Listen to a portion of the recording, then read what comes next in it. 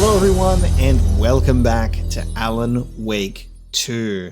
We are here at the launch of the Lakehouse DLC, the second expansion for Alan Wake 2. It's finally dropped along with the physical release of the game, so we can rejoice that we have more Alan Wake 2 content to explore and play through, and we've been highly anticipating this because we are descending into a Federal Bureau of Control research facility and unraveling the mysteries lurking within. So last time we played Alan Wake, we went through the Night Springs DLC, so we got a few episodes out of that. I believe the Lakehouse is bigger than the Night Springs DLC, but we will find out.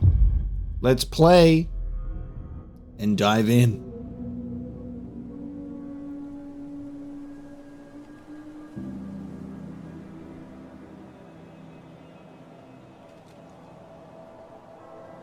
This isn't the Bureau's first time in Bright Falls. 1970, 76, 78. Last one was in 2010. It's not exactly clockwork, but this town sees way more altered world events than most. We knew it was just a matter of time before the lake acted up again. After the AWE in 2010, the FBC's research department set up a facility, the Lakehouse, to study the threshold in Cauldron Lake, find better ways to contain the entity inside. Your tax dollars at work. When we detected a spike in paranatural activity at Cauldron Lake, before I even knew you were on this case, Saga, the Lakehouse was my first stop. I was short-handed, hoped they could spare some help, maybe give us some intel on the situation. If I had any clue what was waiting for us in there, Saga, I'd have just kept on driving.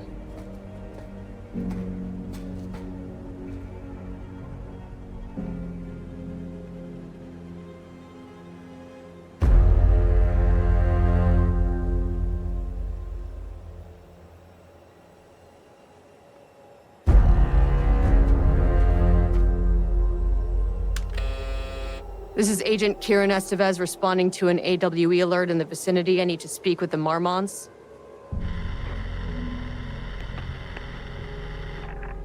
So much for the welcome wagon.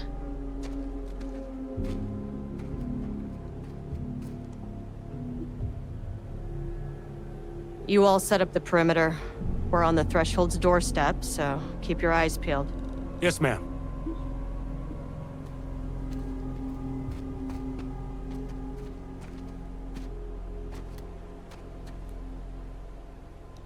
God damn, okay, playing as Estevez is fun. Return addendum, the Lakehouse. God, the music felt so good, and love having that brap with the title. It feels so good to be back, doesn't it? Doesn't it feel so good to be back? I'm so excited. Alright, let me see. It's been some time. It has been quite some time. And I haven't booted up my Xbox console in a long time either, because I am playing this on console because they still haven't released Alan Wake off of Epic. It's not on Steam. So therefore, I just have not got it on PC. So I was like, God, I gotta hook this all up again with a brand new setup as well. So we'll jump in. Everything should be good, though. I talk to my agents. Oh, I can walk away. Oh, no, I can't. I'm not allowed to walk away. I cannot explore the woods. That's fun. They're like, nah. Stick to what you're meant to do.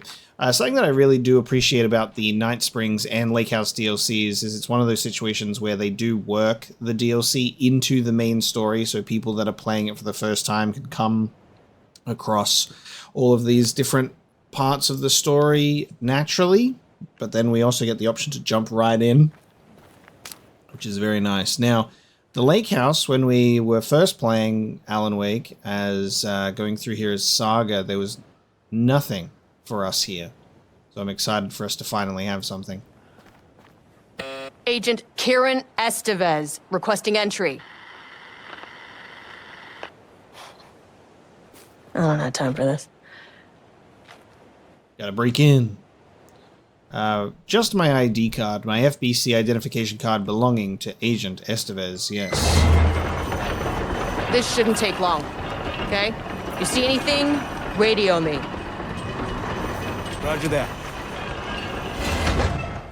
Nice. I've been accepted. I need to remember the controls for this game as well. Got my little duck and weave. The Lakehouse was run by the research department. Research and investigations don't really see eye to eye. What they call science, I call a violation of Bureau protocol and human decency. Classic interdepartmental drama, your FBI saga, you know how it goes. Now, in retrospect, my low opinion of the research department may have clouded my judgment. I'm liking the narration to Saga while we play the story. That's a neat touch.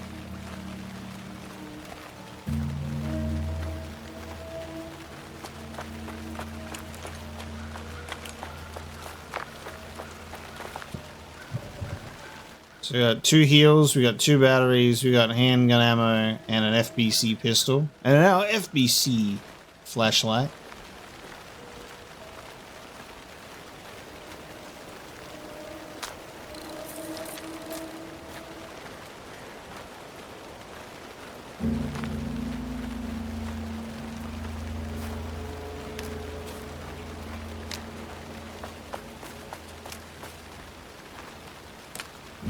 See if there's anything off the beaten path before we push in. Any documents to read, any items to pick up. What can we find around here? What a lake house.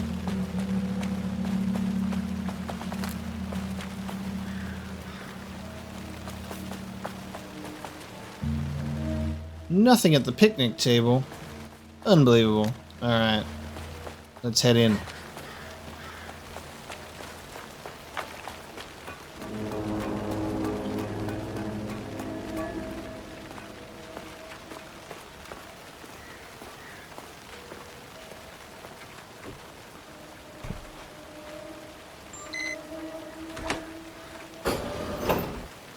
Approved. Hello?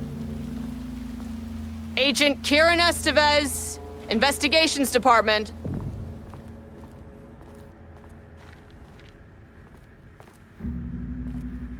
No one wants to check the individual carrying a firearm into a restricted government facility? No? Okay, well, it was definitely going in the report. Hello, and welcome to another exciting day here at the Lakehouse. As I'm sure you know, I am Dr. Jules Marmont, and this is my wife. Dr. Diana Marmont.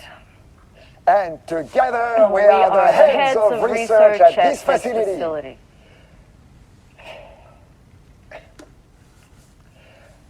We want to thank you all for helping us break new ground in our study of Cauldron Lake. That's right, Jules. But don't let our exciting work in threshold regulation and dimensional coupling keep you from observing the proper safety protocols. You said it, Diana. We run a tight ship here at the Lakehouse. So, always remember the 3 S's. Safety, security, and censorship. It's a C. It's a C. Why, yeah. That is the joke, Diana. Well, it's a stupid Wonderful joke, Jules. We'll see you down there. Seems healthy. Oh, that's fun. Okay. Love that. Great joke, Jules. Okay. So, husband and wife leading this facility with a can-do attitude, and nothing's wrong at all in their relationship. Security, safety, censorship. Remember the 3 S's. Oh, it's nice to be back in the Control FBC aesthetic, right? But in an Alan Wake format. That's very fun. A lot of mugs. Circle of mugs.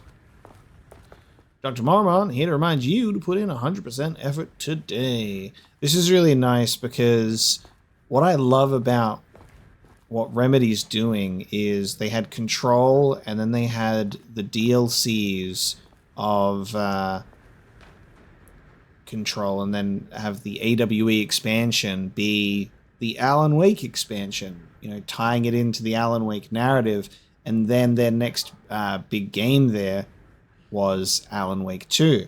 And then Alan Wake 2's final DLC and his expansion pass ties it back around to the FBC and Control again, as we know that we've got Control 2 being the next big new game in development, alongside the Max Payne remakes and Project, was it Firebreak or something, which is the multiplayer Control game.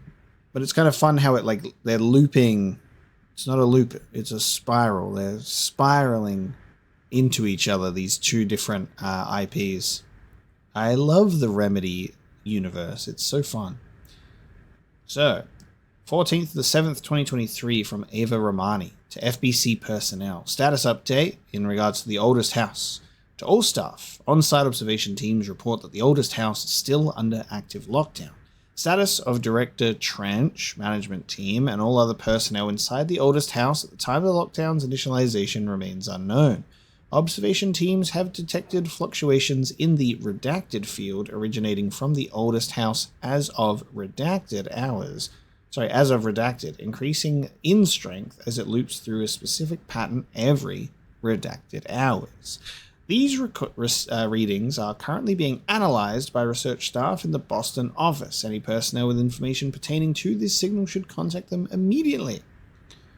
Thank you, Supervisory Agent. So we have a circle of donuts over there and a circle of mugs over there. What are you doing? What are you doing to me?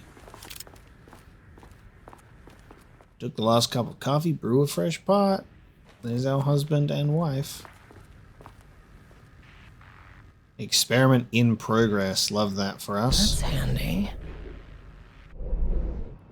Alright, ground floor, Dr. Marmont's office. We have painting production. We have holding and observation. We have page development. And we have the research archives. Marmonts, where are they? Has been written on there. The Lakehouse. Seeing what detail we can find. The date and who it's approved by. Redacted, of course. An experiment. That bodes well. Map updated. Any unaccompanied artist must be reported to security immediately. Okay. Northeast. Let's check the office. Dr. Marmont's not here. The surprise of no one. I'll have to check downstairs. There they are. Barrows University, on the recommendation of the faculty and by the virtue of the authority vested in them, the trustees of Barrows University have conferred on Jules Francois Marmont the degree of Doctor of Applied Science and is entitled to all the rights and privileges pertaining thereto. William Devereaux, Chairman of the Board of Trustees, and Paul Jensen. We have a special service certificate. This exceptional contribution certificate is awarded to Jules Francois Marmont in grateful recognition of his outstanding contributions to the Bureau's scientific endeavors. Casper Darling mentioned. Notice of appointment from Dr. Casper Darling, Head of Research, to Dr. Jules Marmont. Appointment as Facility Head. The senior leadership of the Federal Bureau of Control has determined to appoint Dr. Jules Marmont as Head of Research at the facility at Cauldron Lake, Washington. The appointment will be shared with Diana Marmont, effective upon the facility's completion on July 18th. Zachariah Trench and Casper Darling. Wonderful. Ain't that fun? Okay. Accomplishments. So maybe they're all working with this experiment on the lower levels. To my new fellow head of the Lakehouse. Love, Diana. That's him, alright.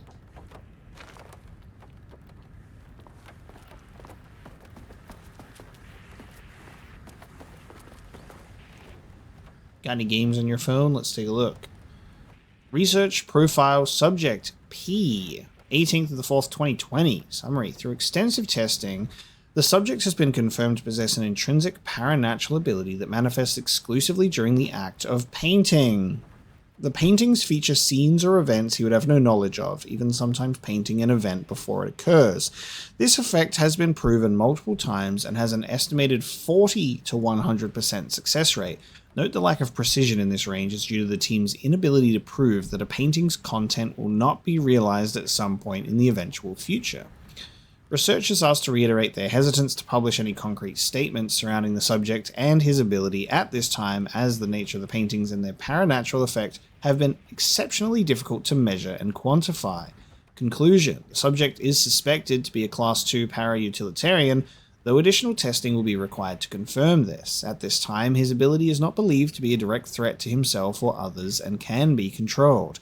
The nature of his ability is to show current or future events via the art he creates, but the extent of this forecasting cannot be determined by researchers with any high level of precision.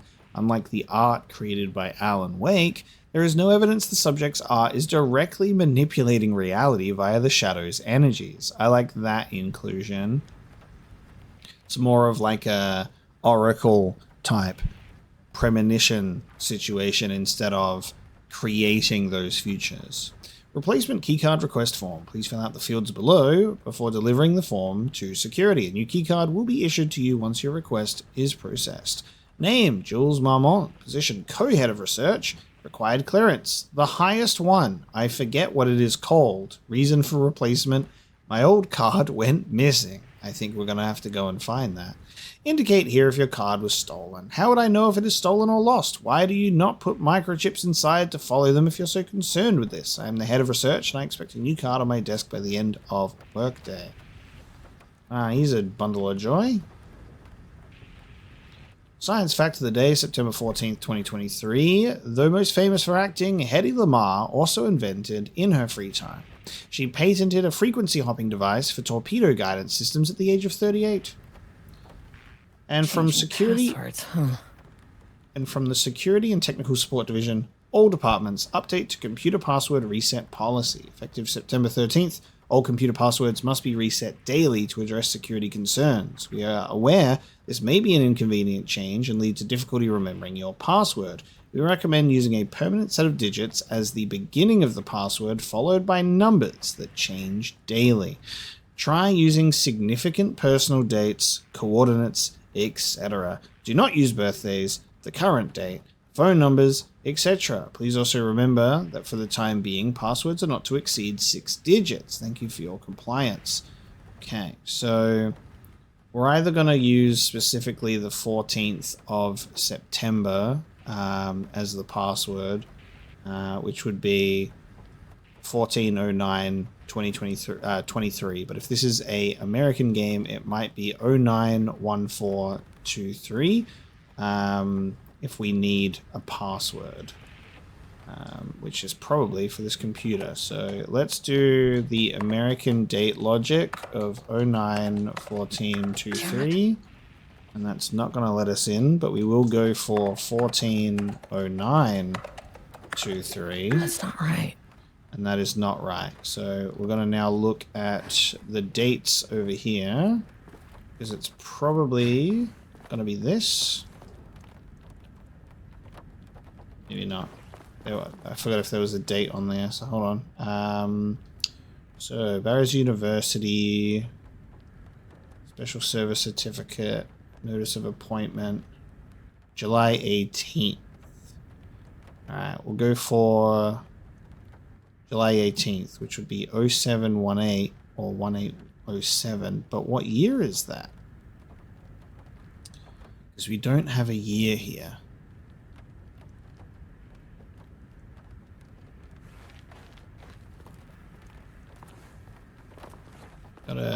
Maybe I'll have a look and see if there's anything else as well.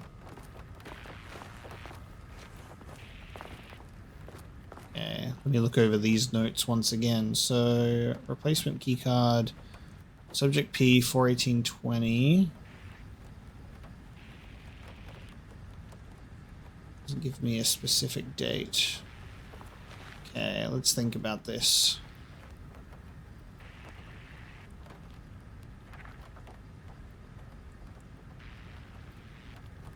I love that it's like, do not use birthdays, the current date, phone numbers, and he strikes me as the type to ignore that type of information, considering the fact of how he's requesting the new key card. So let's see. Effective September 13th, all computer passwords must be reset daily, which is why I'm thinking like, you need to reset your password. So, and then they'd be like, fuck, what is it? Don't use the current date, stuff like that. So it might be a spin on that instead. Maybe we go fully backwards and we go 23, 09, 14. Nope. Yep.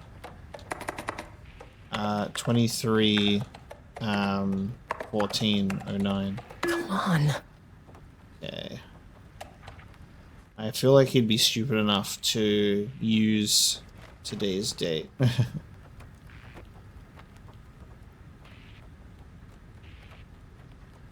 But there's also the number 38 in here, so it could be like 14th of September and then 38. Damn it.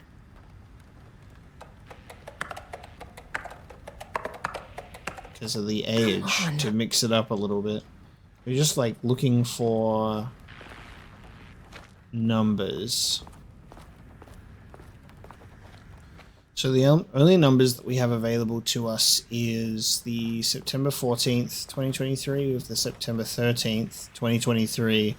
We have the number 38 and we've got July 18. No other dates I could find. So we've tried 14th September 2023 with both date and time formats. We've tried 14th September and then 38 on the thing. We haven't tried 18th of July 38.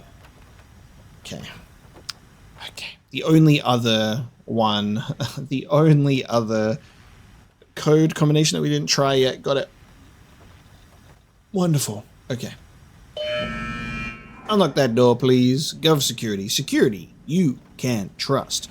So while I was like, I feel like this guy would be dumb enough to do today's date, he used every other number he could find. Alright, let's have a read. Shall we go? Let's go in order. The annual budget from H. Kingston to the Marmonts. Good morning. It's nice that we're finally getting into the Marmont stuff, because I believe we read about these two in documents and notes throughout the main game. So I think we're finally diving into them and actually getting some of those character stuff. So I'm excited for this. Good morning. A friendly reminder that proposed annual budgets need to be sent out by the end of this month. Every station is being asked to give a thorough breakdown this year in an effort to find areas where spending can be reduced. Should I book a time for us to speak about this and make a plan? All the best, Harry Kingston. I am too busy to attend meetings. Just use the budget from last year, but make sure to specify that a specific percentage of the research budget is to go towards Project Arbutus, so certain individuals won't be tempted to slow down their competition by stealing resources. I apologize for the difficulty my wife is presenting, Harry. I believe she is suggesting that I would take her project's budget. An unfair and preposterous accusation, though I'm confident you understand that. I'd be happy to meet and discuss the annual budget. It is, of course, the head of research's job to oversee such work. Maybe Diana is no longer up to the task? Sincerely, Dr. Jules Marmont, co-head of research. These two be fighting, publicly fighting, while trying to figure out budgets and projects, and there was conflict of interest going on here for sure. Go fuck yourself, Jules. Case in point. So does next Wednesday work? P. Levine. Dr. Marmont, Project Arbutus has officially requested we return the pages. We aren't using them for any work on Project Ramnus, and they are shared research materials, so can I release them back to Arbutus? Sincerely, Dr. Perry Levine, Senior Researcher. Hello, please remember to lock your computer before leaving your station for any amount of time. Change your password daily does not improve our facility's security if you leave your computer open. Thank you, Brian Lopez, IT Specialist. Well, about that, we're ready to proceed. So we've opened up the doors. The Lakehouse Daily. Good news, HQ is still dark. Pie was good, more pie for the rest of us. We have coffee and DFest this week. Now the bad news is HQ is still dark, nut allergy bad, no armor beer. It's good, tried it. The artist is illegible. I'm going to go out on a limb and say dead. That looks like that could be a D-E-A-D for dead to me. Someone stole the black whiteboard marker and all vacation time cancelled. I love that, the change. That's humorous. That's funny. I like that. What else they got for me? The dangers of doodling. Please remember that any unauthorized art can skew the results of ongoing research. The following types of recreational activity are forbidden. Doodling, rhythmic drumming with pencil, fingers, or any other makeshift percussion instrument, stacking office supplies into sculpture-like arrangements, dancing and humming. But the sculpture of the mugs and the surrounding donuts. What's going on? And then there's art on the thing. A little cat with a little mug. And a kayak for sale. Oh my god.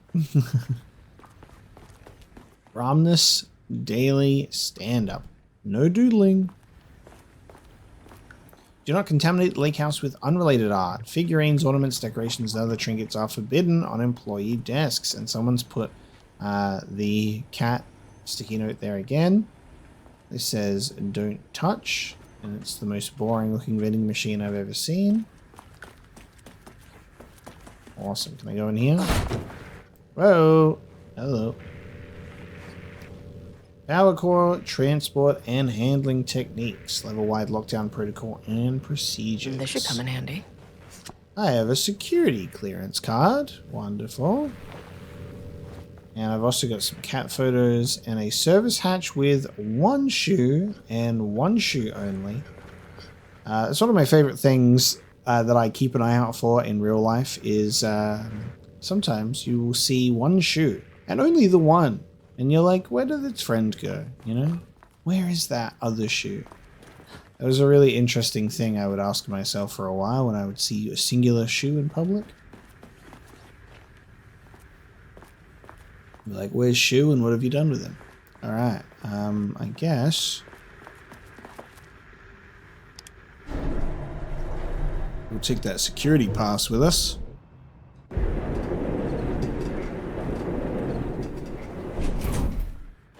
Just in case you missed the map, the game makes sure that you cannot. I guess... Oh, this has been used, so... It's not going to help us in here, is it? We don't have clearance. We're on the ground floor. Pain elevators. Let's do the maximum amount of pain on this elevator. Made in the USA. Let's go one at a time. As soon as I got in that elevator, my bad news detector started going nuts. Estivesta team, something's going on in the lake house. I want all nearby agents to push. Sublevel 1.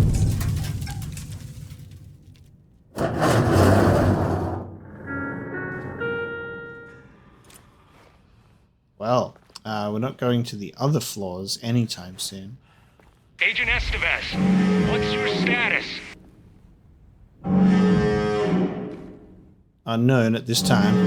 Breach detected on sublevel 5. Staff should seek shelter immediately. We have a situation in the lake house. All agents converge on the facility now.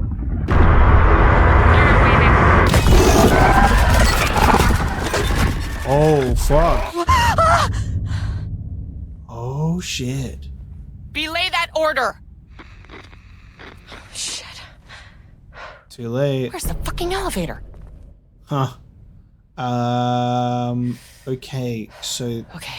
Priority 1, get the lights on.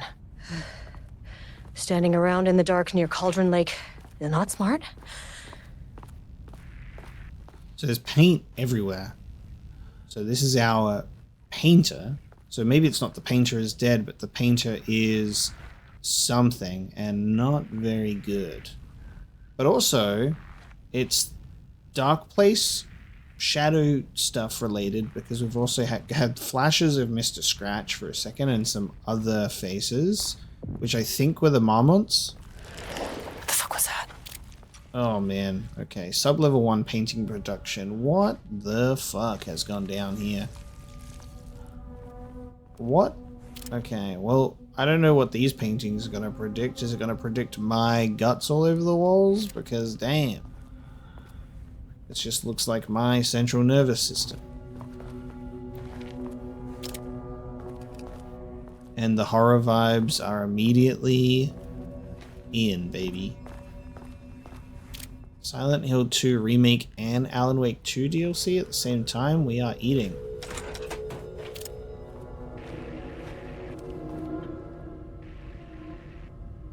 Research order. As the Lakehouse continues to make progress towards its goal, various avenues of research are being pursued. Recently, one such avenue has yielded unexpected results. The research into nursery rhymes, directed by Dr. and Dr. Marmont, led by Dr. Campbell, as an art form has shown viability in its ability to connect with the Cauldron Lake threshold. As a result, the nursery rhyme findings will now be carried forward by the co-heads of research and incorporated into ongoing research across the Lakehouse, effective immediately. Research teams will be briefed on how to utilize the effective elements of the nursery rhymes into their own work. Note, Dr. Campbell and his team are being reassigned. They will continue to develop their work on nursery rhymes outside the Lakehouse. Any exposure risks related to performing confidential work outside the facility's premises have been acknowledged and accepted by the co-heads of research. So that's the stuff that we've been reading about in the main game. The Threshold Linking Experiment Progress Report. Threshold Linking Experiment.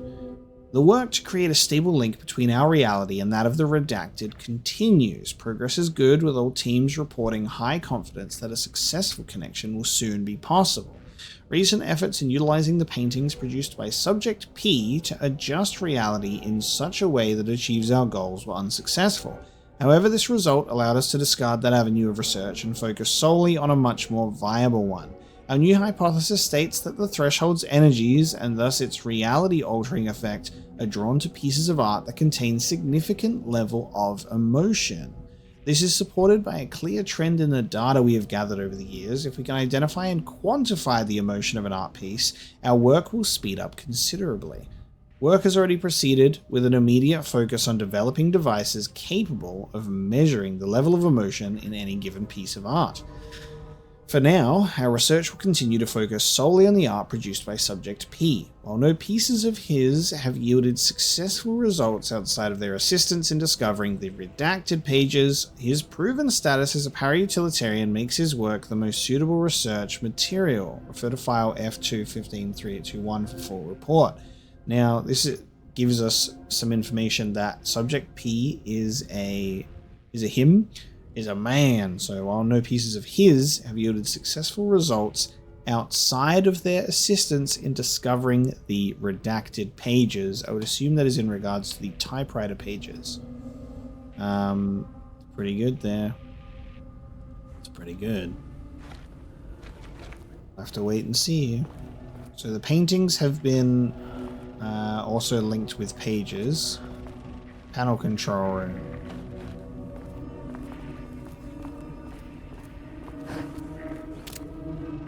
We got a thermos in here.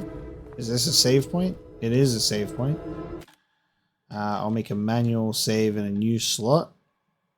There we go. In the Lakehouse. This save point doesn't feel super safe, does it? The vibes are still uncertain.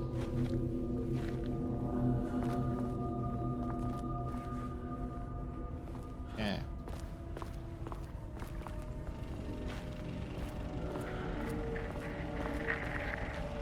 Oh, hello, bud. Dr. Casper Darling. Hello, AWE. Yes. 1970, 1976, 1978. So you're talking about the Cauldron Lake stuff, the Lakehouse important work, Shadow, Powerful Lights, all of this research. And Dr. Darling and struggling to remember the name here. Our poet turned filmmaker, Thomas Zane, I believe, but not to be confused with Thomas Sane, because they've had the name spelt differently from Alan Wake 1 to Alan Wake 2. Darling and him have had a face-to-face, so that's something interesting to think about too. Okay, he doesn't do a damn thing without power. Gotta get the lights on.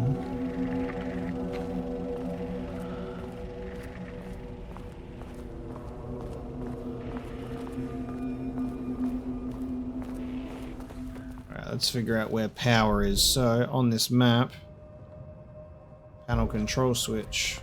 Wait, that's not in here, is it? No.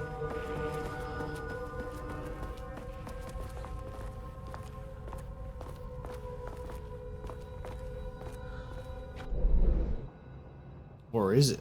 Panel control room, I think it is, and I'm just blind. I'm very blind.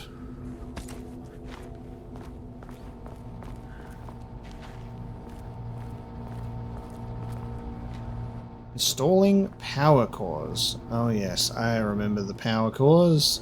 Except it was a lot easier when you had the powers to just pick shit up and throw it. No idea what that noise is, but I'm not a fan of it. Alright, now if I just use my eyeballs...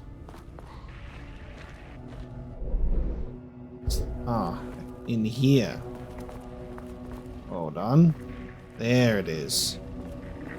Oh no, hang on. Wait, oh, that doesn't line up on the map at all. Okay, so power first, not the panel control.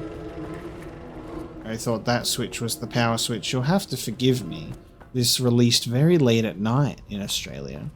So we are currently past 1 AM playing the spooky game. So forgive my brain.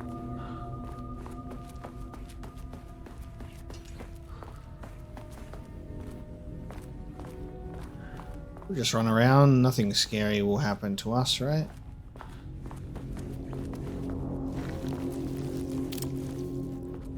Okay, so I'm hearing like paint slithering just going around me, but I can't see anything moving.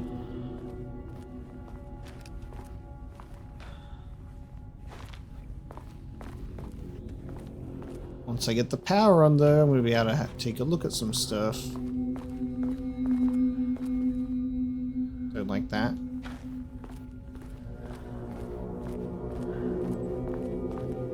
Ah, power core. Right.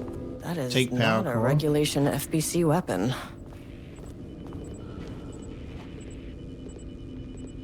Take power core. Put power core on thing. Have power. That's an interesting looking gun. I'm gonna need power, aren't I? That ain't up to regulation. What you doing in here? Got the sound design. Key card could be useful. Progress update number 6. Unfortunately, Jules's keycard went missing last night. Huge shame. On a totally unrelated note, I now have a level 3 clearance card in my office, plus a lot of Blackrock. Ah, the Blackrock stuff. Been grinding the Blackrock down to a powder and stashing around in case any gets confiscated. Next steps. Weapon tests using Blackrock powder. If successful, maybe send schematics to offsite teams. Could lead to a transfer out of this shithole. Need to think up more applications for Blackrock now that I have some. There was a researcher at the oldest house who had tons of ideas like this. Wish I could remember their name. So, that gun probably shoots our Blackrock powder. because with the weapon tests. And then we'll find the powder. And that'll be our... I wish they'd make these things lighter. That'll be our ammo. Look at that beautiful lighting. I hope something doesn't The way I attack saw me. it, there was only one way out. Identify the source of the event and contain or eliminate it. Now, good news, I just had to keep going down. Bad news, the elevator liked to disappear. I'm not alone in here. Oh man, I don't appreciate it.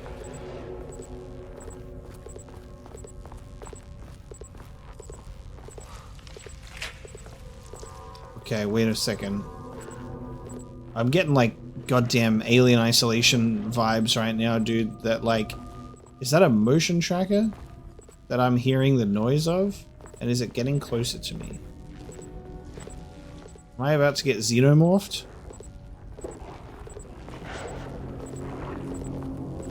Bro. I do not appreciate that. Alright, baby, we got power. Turn that shit on. At least the elevator's back. Fault in the system. Okay. Now we'll check the panel. Now we'll check the panel room. We're having a lot of oh.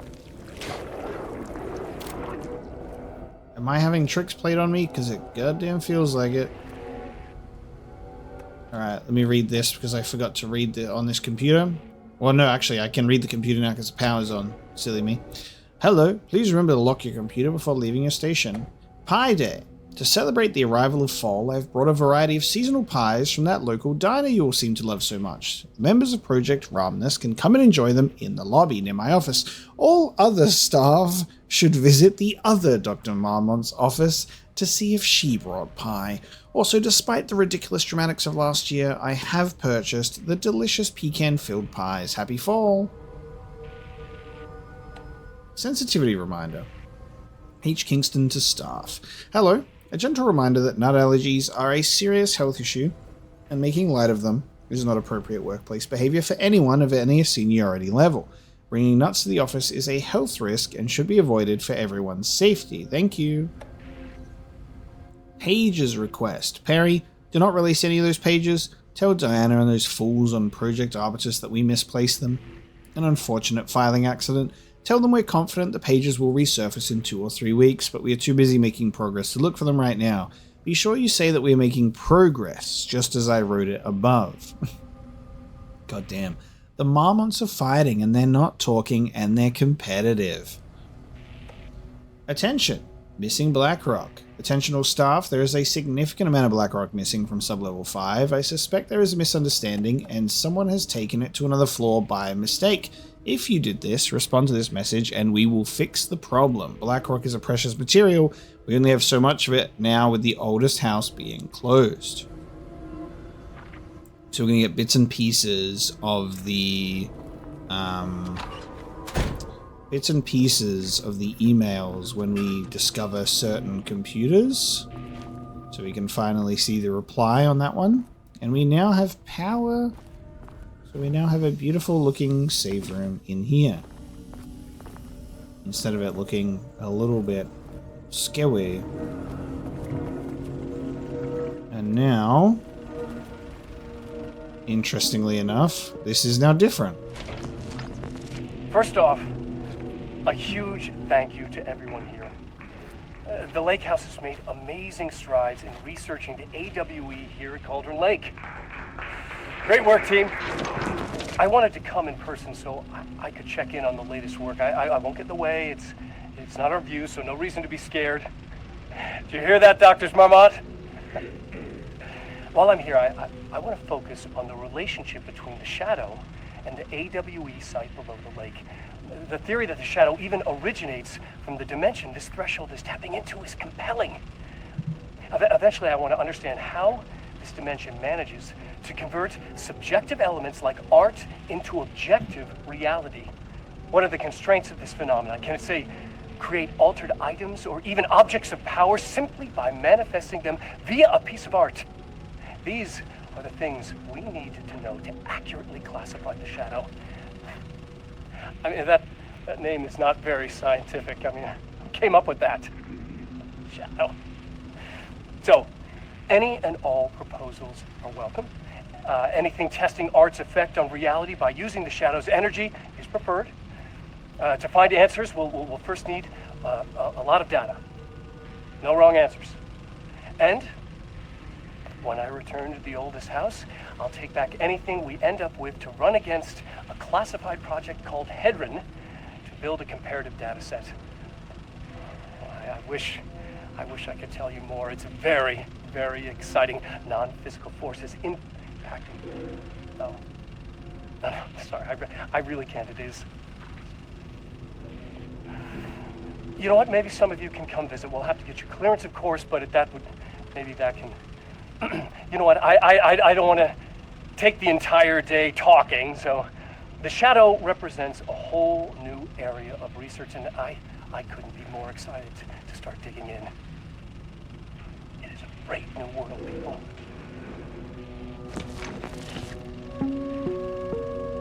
Fun.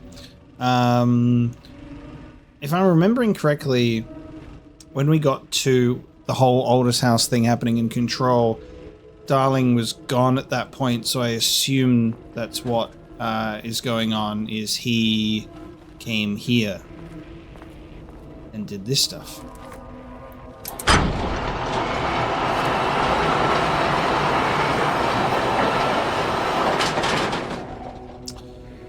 Okay. Oh, yeah. Alright, fine. Not a huge fan of that. Moved some panels. Heard an animalistic scream.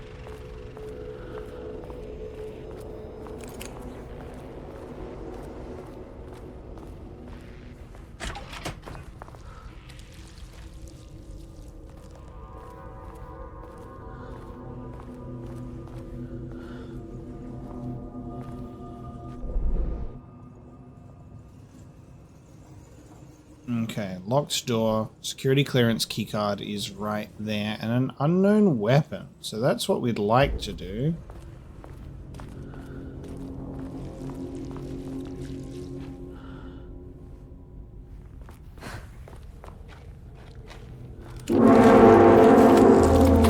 What the fuck? Whoa! Oh my fucking god! What the fuck? This isn't working. Oh, I'm just wasting all of my bullets on them? Okay. Oh my god, paint monsters. Fucking paint monsters. Oh, I need security clearance too. Keycard won't get me in. Oh my fucking god, bro. Can the paint monsters leave their confines? Can't open it from the side. Oh, you fuck. Alright, so wait a minute. I need to get security clearance. I need to get security clearance 2 before I can get security clearance 3. I just wasted so many bullets, dude. Okay. Unidentified hostile entities. Oh, I love that this is continuing to work. Elevator moved, so the elevator is now here. So I think we're leaving. And then we'll get the second security keycard, and then we will return here. That was really the worst. Oh, that was really the worst time for me to be facing the wrong way. I was trying to figure out the quick turn because I forgot it. What the fuck were those things? I forgot my quick turn, and that resulted in me almost shitting my pants. Now, do we have a quick turn? Am I crazy? Oh man. We have a quick turn, don't we? Oh man. Maybe we do not. Okay. we'll go to sublevel 2. Okay, deep breaths. 1, 2, 3, 4, 5, 6. Look, you never really get used to the shit you see in this job, but you can learn techniques to adjust, to function. Take 6 deep breaths, then get to work. Find the source, collapse the threshold. Dude. Please hold. Please hold. Now where am I? Please hold. Please hold. What is that?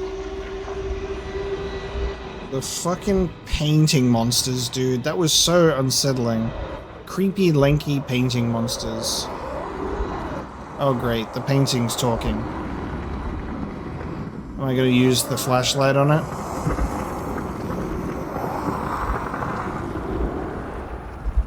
Oh wow. If you can understand me, I'm an agent of the Federal Bureau of Control. I can assist you if you take no hostile action against me or any action that can be perceived as hostile. Do you understand?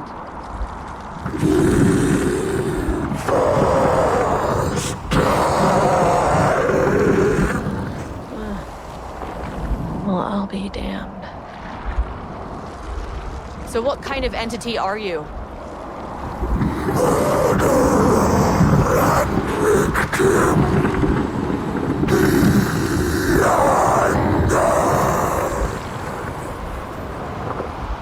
You can speak. That means you probably imprinted on a person or retained some of your former self's information. Previously human, maybe? Okay, I can work with that. Ramity, what are you doing? I just had an unpleasant encounter with some other painted individuals. Any relation? 1,000 paintings used crude. What does that mean? Paint no brush, a self-portrait. Okay, hey, calm down! Fire in his eyes and hands and bones. You need to cease all hostility right now. Okay. Bad news. That thing is really pissed off. Good news. It didn't try to kill me. Okay, baby steps. Baby steps. Angry painting that speaks in riddles. I'm on the ground floor now, I guess.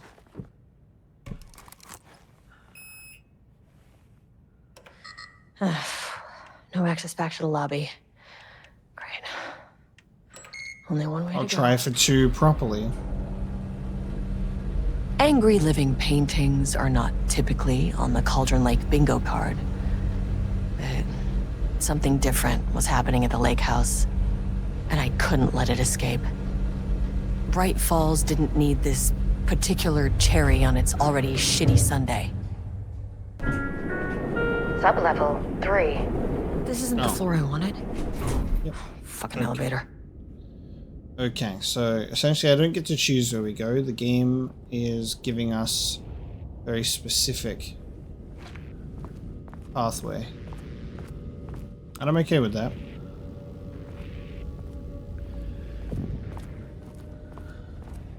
Sublevel 3.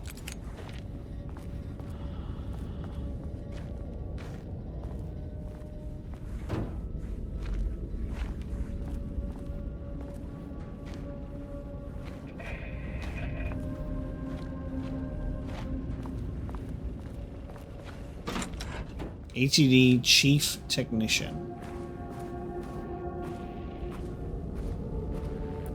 2 separate fucked up projects being done in the same vicinity where they're not giving each other any information, any help, and they're just competing for resources. I'm sure that'll work out so well, and that's why we're here. What the hell went wrong? Refinement process. ATD output and calibration. The automated typing device will produce writing mimicking that of Alan Wake. Excuse me. The automated typing device, the ATD, will produce writing mimicking that of Alan Wake, known para-utilitarian with the goal of affecting reality with the same consistent of Mr. Wake's writing. That is genuinely messed up and also very green when I'm looking at these documents, so I'm going to try and take down those levels a little bit so I don't disintegrate into another reality. Got enough of that going on. To reach this level of authenticity, each page produced by the ATDs must be evaluated and graded based on its similarity to Wake's original style. The pages will be graded using the following criteria. Comprehensibility. This is the most basic of criteria. The page must use language and develop stories in an understandable, organic way. And style. The page must accurately mimic the typical style of Wake's writing using pages in the Lakehouse's possession as reference. So that's what we were reading earlier, where the artist's paintings were helping with the pages. The page must accurately mimic the typical tone of Wake's writing using pages in the Lakehouse possessions as reference. Okay. And the page must accurately mimic the typical content of Wake's writing using the same pages as reference. So it needs to be comprehensible, it needs to have style, tone, and content similar to Alan Wake's writings.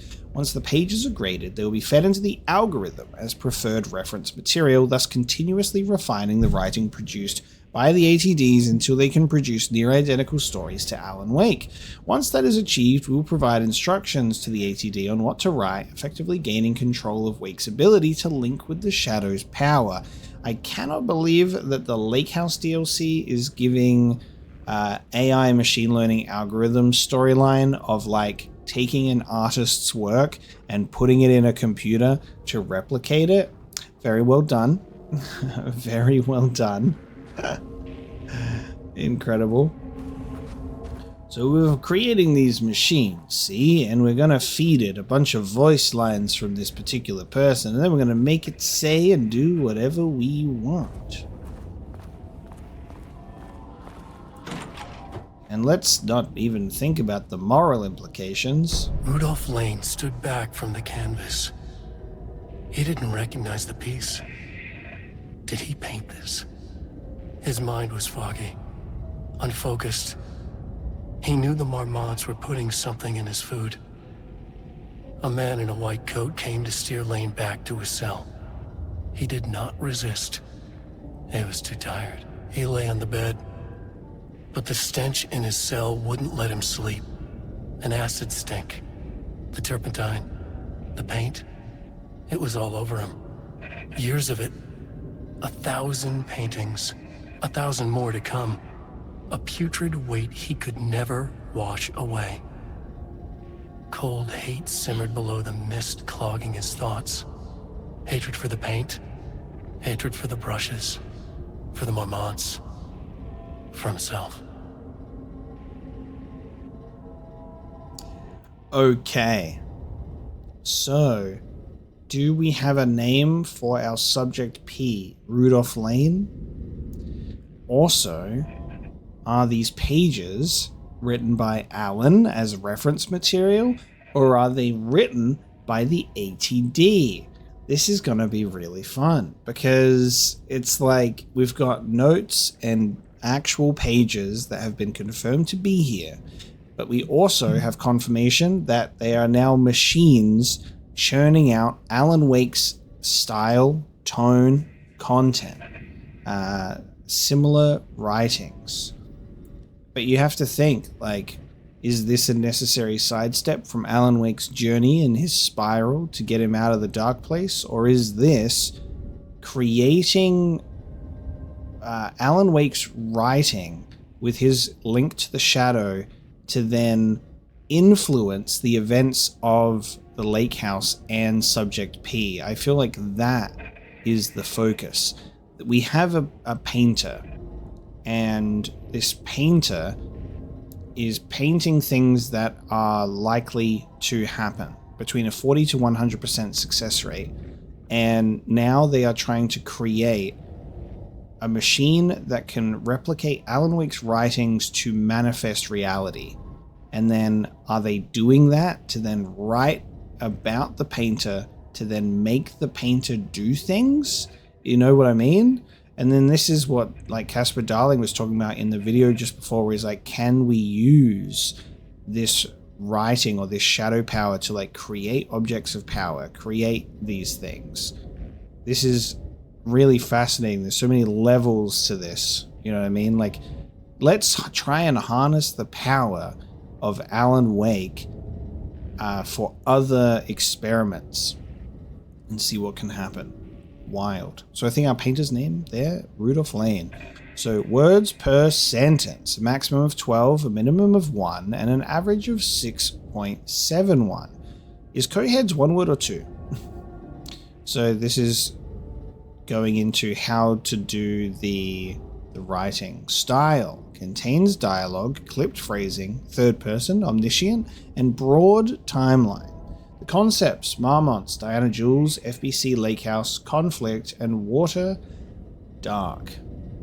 So this is the interesting thing, right? You've got story concepts, and it's here. That's the story concepts. And the style. So there you go. I think this may indeed be... Oh, hang on. There's two different examples. One might be a real page, and one might be an ATD page. Diana and Jules Marmont had once been a team. Rising stars in the Bureau, both talented in their own way. Diana innovated and Jules got funding from the bureaucrats. Cooperation led to respect. Connection. Then after a decade of hard work, the happy couple were promoted. Co-heads of research. Their first years at the Lakehouse were good. Challenging, but not insurmountable. Not for them. Gradually, thoughts fell into their heads like drops of dark water. Why does she get all the credit? Why does he get any credit? With that, a crack formed in the Lakehouse. The Marmonts and their work became arrogant, erratic. The crack widened and the water seeped in. Nice. Okay, so that's using the story concepts that we just read. Interesting. Diana So and Jules Marmont had once been a team. Oh wow, it Rising does this. stars in the Bureau, both talented in their own way.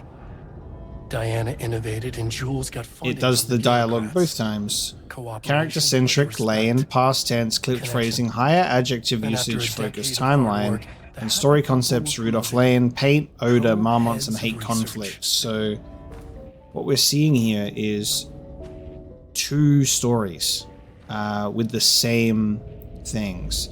Now, one has ID tag AW002 and the other one has AW007. So with them being ID'd as AW for Alan Wake, gives us something as well.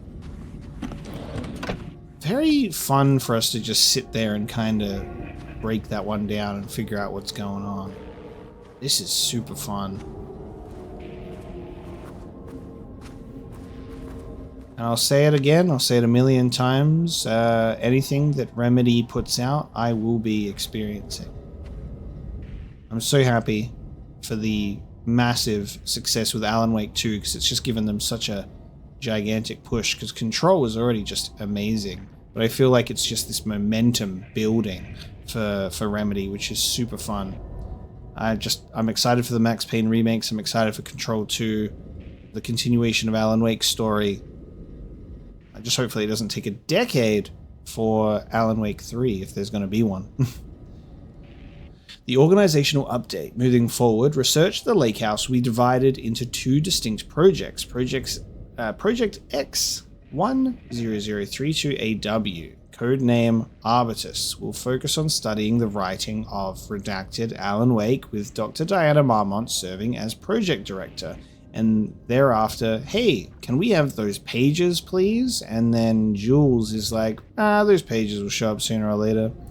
Project C43210RL, codename Ramnus, will focus on studying Redacted, which is our Rudolph Lane, and his work with Dr. Jules, serving as project director. So they're code-named AW for Alan Wake and RL for Rudolph Lane.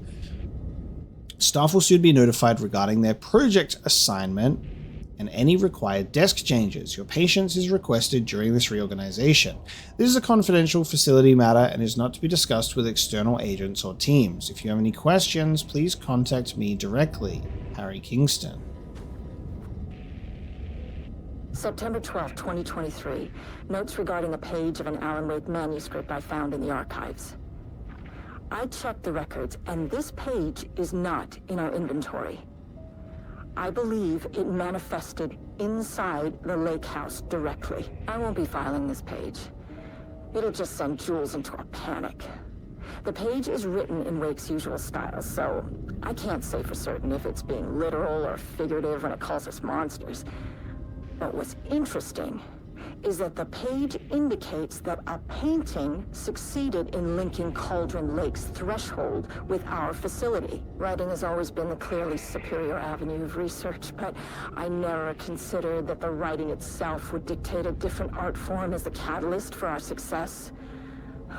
I cannot accept that.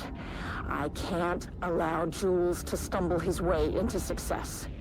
Not after the years of work I put into this research.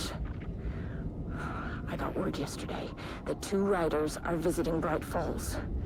I will beat Jules to the finish line. And those are the 2 writers from the beginning of Alan Wake 2 that witnessed the cult killing. Incredible. I'm loving how this is tying together. Man, if only these people got along. Now, there you go. So that sort of brings up the questions that we had of, are these pages written by Alan Wake? What reason would he have to start diverting his story into something about a painter within the Lakehouse, you know? He's like, we're going to go over here for a while. Alan Wake, more like George R.R. Martin. Am I right? Bloody hell, Alan. Finish The Winds of Winter.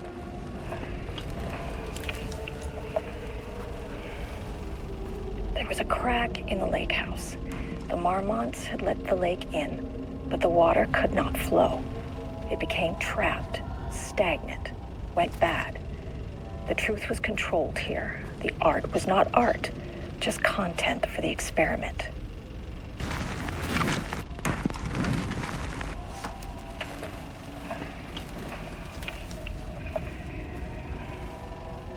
There was a crack in the Lakehouse. The Marmonts had let the lake in, but the water could not flow. It became trapped, stagnant, went bad. The truth was controlled here. The art was not art, just content for the experiment. So I think this is just going to repeat, yeah. Project Arbutus, initial findings report in regards to Edwin Franklin Booker. Born in New York, NY, currently resides in New York, NY. It became trapped, stagnant. I can't read this because we've got a dialogue forever going on, so I'm just going to turn down the game volume for a sec. We'll just do that. So, quiet game. Initial findings report in regards to Edward Franklin Booker, born in New York, NY, currently resides in New York. Married to Tamitha Booker. No known children or dependents. No paracriminal affiliations found. Located in Bright Falls, WA, as of 9th of the 10th, 2023. Writer and director of 5 stage plays, unsuccessful. Confirmed artist, designation, author, playwright. Disclaimer, background investigation performed in a very short amount of time per instruction. As a result, the information contained in this report is not comprehensive and possibly erroneous.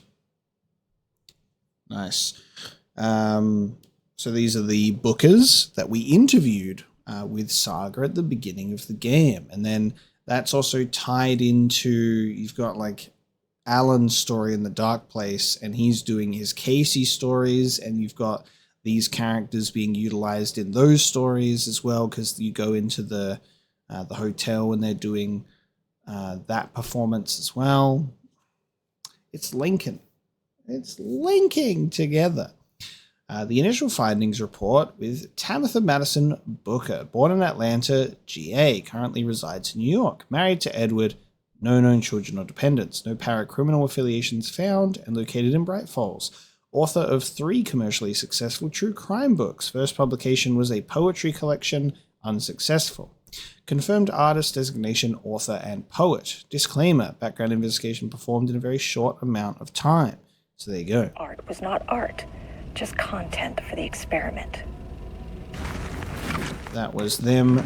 That was the report on the Bookers. And I can do a quick little save in here.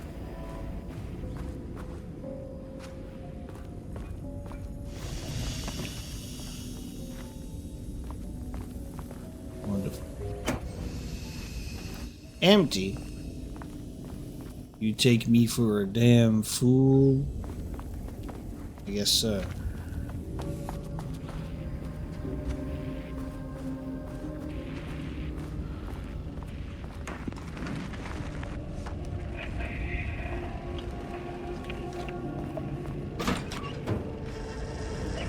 Typewriters. Please don't let this be what I think it is. Oh, As you know by dude. now, typewriters and Cauldron Lake do not mix.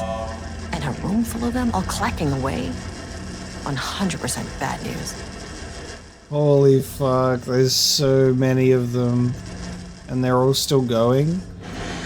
Oh, this is terrible, because just like, think about this for just a second. Not even a second, think about this for half a second. You have one Alan Wake causing things to happen within Bright Falls, working his way through his loop spiral madness, trying to get himself out of the dark place. He's just one man with that one typewriter trying to write a story. You then mimic that power, that ability, and you start replicating that into multiple machines, multiple pages. You are just exponentially creating... how has Bright Falls not been sucked into a black hole at this point? This is crazy. Unbelievable. And they are just typing away, creating stories. Look at all these books, pages and pages and pages of folders. Production archive.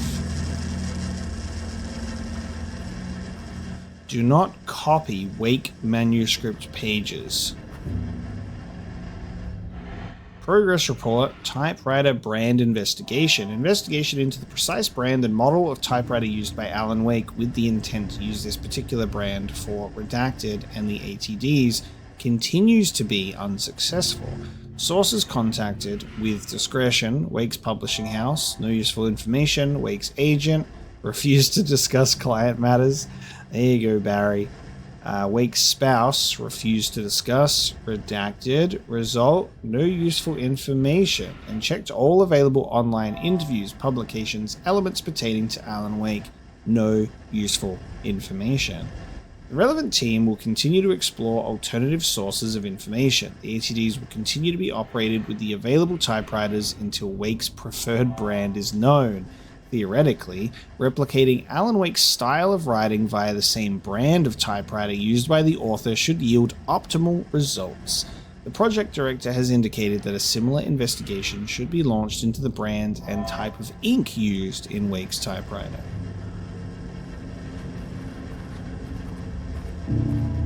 Really going for a faithful copy as much as possible with machines.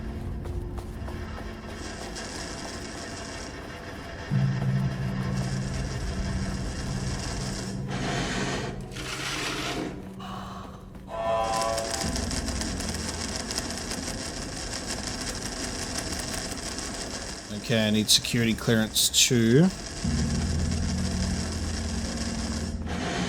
I'm like, look at all these desks being like, is there going to be something different on one of these desks?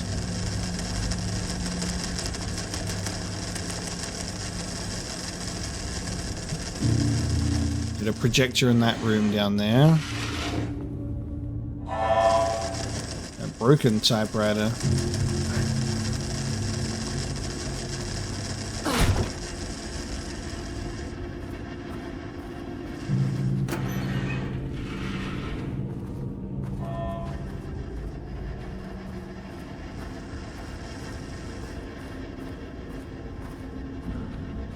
The C1 autotyper machine.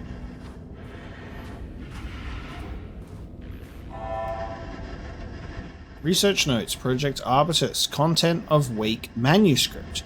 We have begun to find pages from a manuscript very likely written by Alan Wake, para-utilitarian and suspect in past cases involving the Cauldron Lake AWE. Though I do not like to bring myself or my biases into my work, I must do so here to address the matter being examined. As reference for any future readers, I am Dr. Diana Marmont, co-head of research at the Lakehouse facility. The page we recently found summarizes my life with Jules Marmont, husband and co-researcher. It has turned us into characters for its story, making generalizations and assumptions that I must attempt to evaluate without emotion or prejudice. The accuracy of the writing is intriguing. It reports our past in the Bureau, but also details inner thoughts that an outside recorder would have no way of knowing. Jules and I have indeed been having more and more interpersonal conflict this past year. This raises many questions. How does Wake, wherever he is writing this from, get his information? Or was the page itself determining these emotions and events? These are questions that I've asked plenty of times playing through Alan Wake. Because that was like the ability of Alan Wake's whole entire creation. Like, he's reading the manuscript of like where the clicker comes from and how it was left in that shoebox for him. But it's also from Zane's lamp. And did Thomas Zane create and birth Alan Wake in the sense that he created this hero to eventually come back to Cauldron Lake? Is like, can you do that? Can you artistically create life? It is making fiction reality. So it's very cool that the game is also going through this, being like, I found Alan Wake manuscript, not written by these typewriters, but it is detailing our lives. So Alan Wake decided to get a little bit, too much into the world building and made too many spin-off novels instead of working on his main series. And people are waiting on that main series to continue. The adaptations have all caught up to the source material. They ran out and they don't know what to do anymore. We're just waiting for that next book from Alan Wake. And whenever we ask him his progress, he's like, I'm working on it, I guess. But now I don't like the beginning, so I had to scratch it out and start again. I cannot believe that the scope of Wake's ability goes so far as to have dictated my entire career at the FBC, and if it did, would it matter? Even if a person knew their life was being driven by an external force, would it change their nature, their behavior, their personality? My disagreements with Jules are not sudden shifts in personality, but rather a growing resentment. I firmly believe that though I have no evidence to prove it, which brings me to a new research query for our team. What methodology can one use to prove that their actions, their mind, their love, or animosity are theirs to control? It's a bit hard when you're dealing with supernatural forces. March 7th, 2018. Notes regarding Dr. Emil Hartman, founder of the Cauldron Lake Lodge, where he manipulated artists in an attempt to control the power of the shadow. I've gone through his notes, which were confiscated by the Bureau after his arrest in 2010. Overall, Hartman's work was sloppy. Complete disregard for proper scientific method. But he was bold enough to try something we haven't. Our procedural writing machines are promising, but we could understand the effects of Cauldron Lake's threshold much better by observing live artists in action. Thanks to Hartman, we even have a list of prospects. Next step is to send Dr. Darling a request to bring some into the Lakehouse for analysis. Okay. Fun stuff ahead. I'm liking that.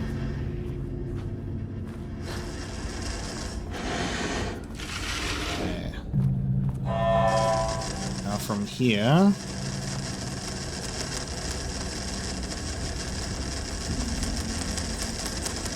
This is also blocked off. So 2 locked doors that need security clearance 2.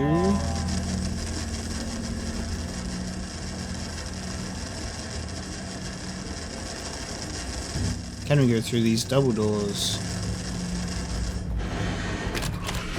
We can. Oh no, not the paint. Anything but the paint. I'll have to see if I can damage them with the flashlight. Because I don't think shooting them does anything. Oh, we got bodies. We actually have people here now.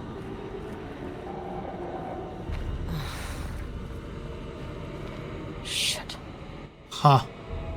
Wow. I now see. And there it is. Hello. Lighting doesn't do anything while it's in the wall.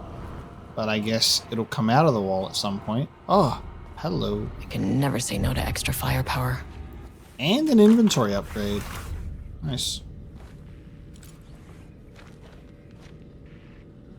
I think it's worse knowing that it's right there and not doing anything, right?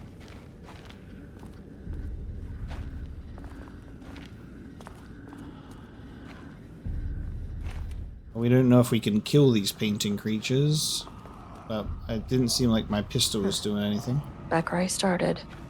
Oh, now that's Spatial fun. recurrence usually observes the law of 3. Proceed through the spatial recurrence. Fun. How much is it repeating, though? This is the same.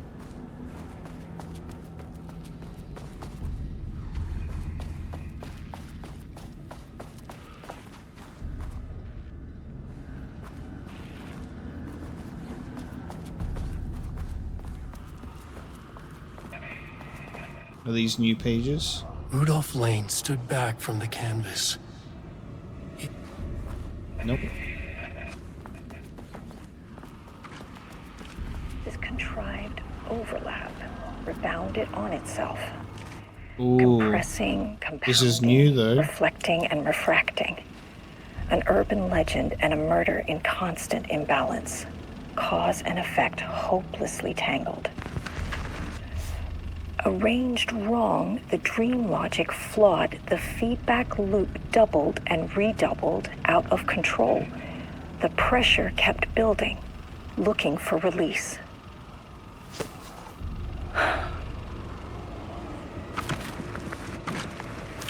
This contrived overlap. What a very interesting situation to be stuck in, because think about it in the way that you're a scientist, you're experimenting, you're figuring stuff out. You then come across a story that's being done that includes you. You are being written about. That is affecting your actions, your thoughts, your feelings, the events that happen in your life. You are now at the mercy of the page. And as someone who is reading the pages, trying to understand the writing and figuring it out, but not having the full context or the answers, they are stuck along for that ride of the author's narrative of where am I going to end up. And the really interesting part about that is because you're stuck in the story that's being written for you, you are at the mercy of only being able to find out your answers that you seek when the pages allow you to. You know? Once you're caught and you're stuck in the story, you have to wait until it plays out. It really is special.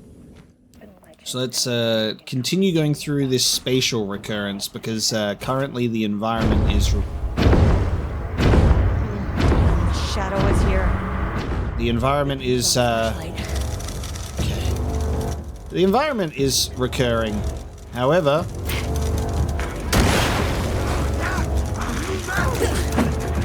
Let me deal with you.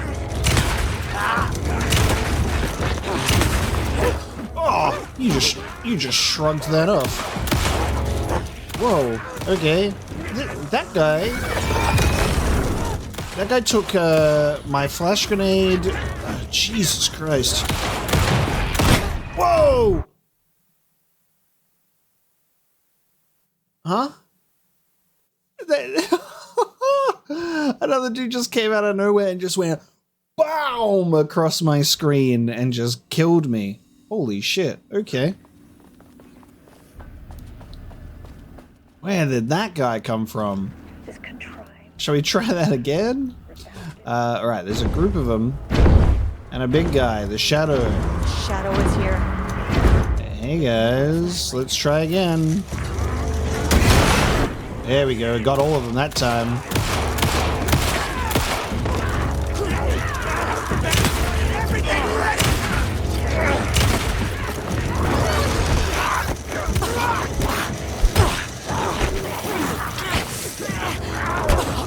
Jesus Christ. Alright. Nice face.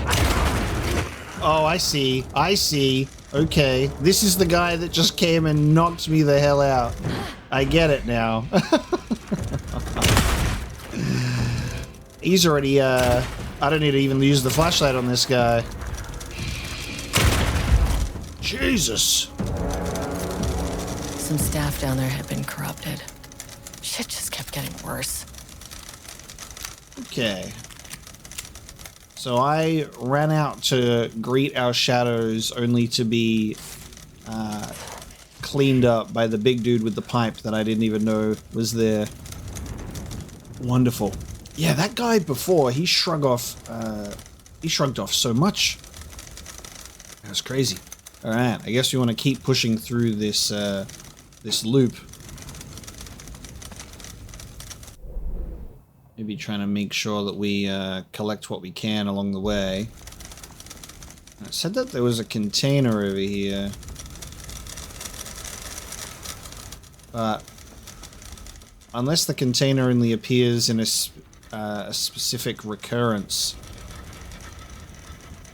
We've already been in this room, I believe, and I can't see a container here. I can't see a container there. We do have doors that are level 2 clearance that we need to open. But the game is also intentionally confusing us too, so maybe if we keep running through the recurrence, the container might appear. So all of these containers aren't even marked on the map.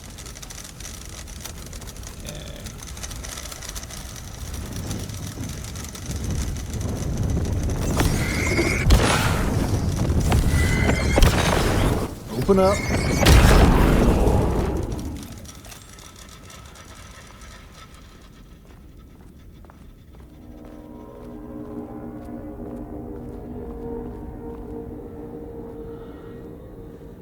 More paintings.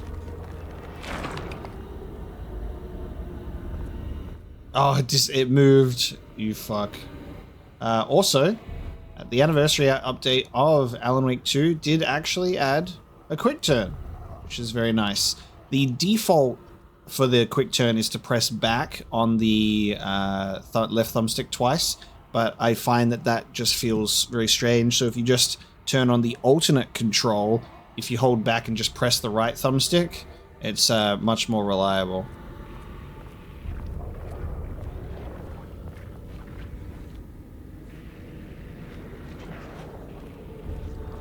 Yeah, we have looped in again.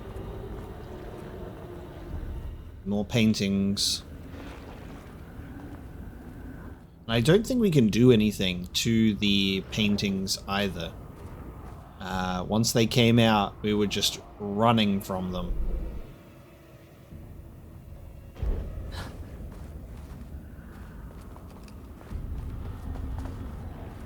So we're just subjecting ourselves to the loop at the moment.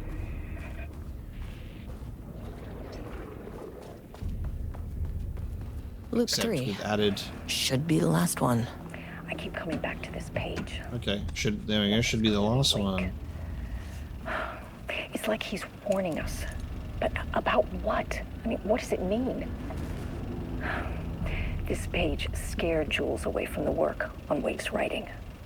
A coward can't stand risk. But science is risk. For me, this is proof that we are going in the right direction. I just need Rudolph Lane's paintings to lead to more pages so that hopefully one day we can understand.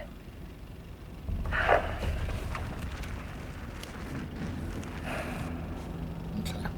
I keep coming back to this page. The author's clearly awake. It's like he's warning us. But about what? I mean, what does it mean? This page scared Jules away from the work. So that's the Bookers again, same note. The coward can't stand it. Different loot, different containers though. But the same old room.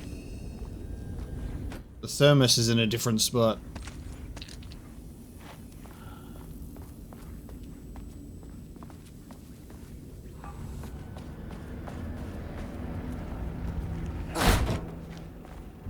Any more shadows? Oh god, it's... What? Does this space feel much, much larger than it... Yeah. Oh my god. This space feels infinite now. Okay. It just got real big in here.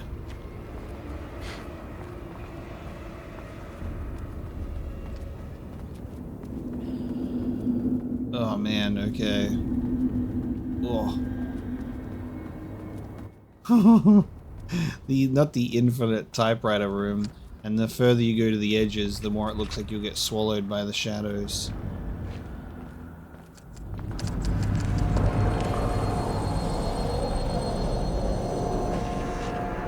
What is that? Oh, we have a crossover.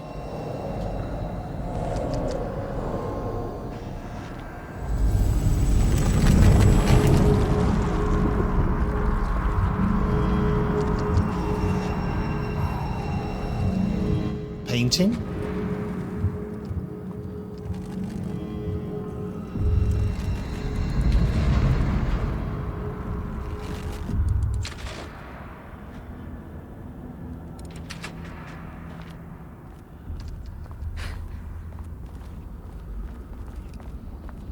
Keep wanting to go to my Silent Hill 2 controls, which is funny. Security clearance level 1, I can do that. Huh. Controllable shifting phenomena. Oh wow, okay.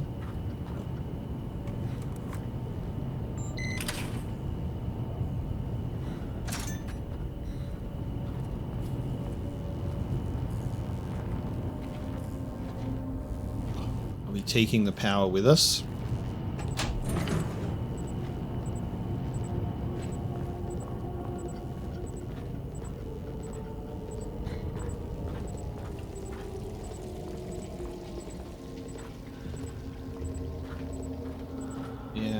So we're doing some interesting, like, navigation.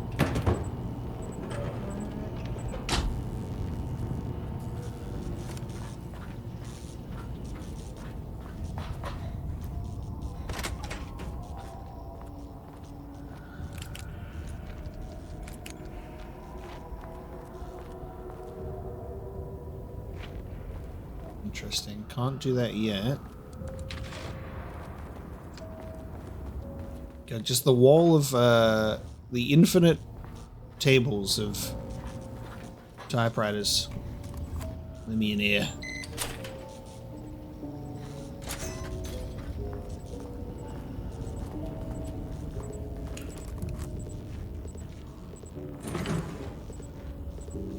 So maybe if both of them are plugged in, then that lever outside will work.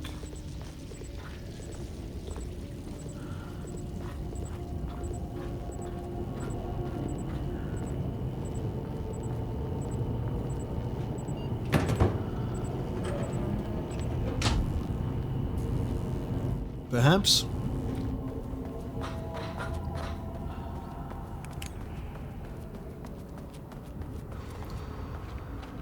Or we have to do this one and then we can do the one on the outside. Maybe.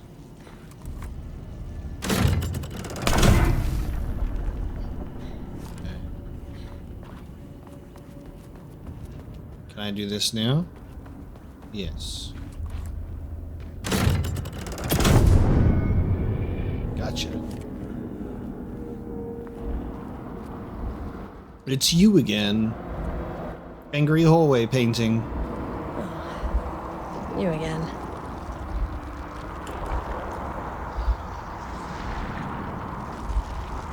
About Alan Wake.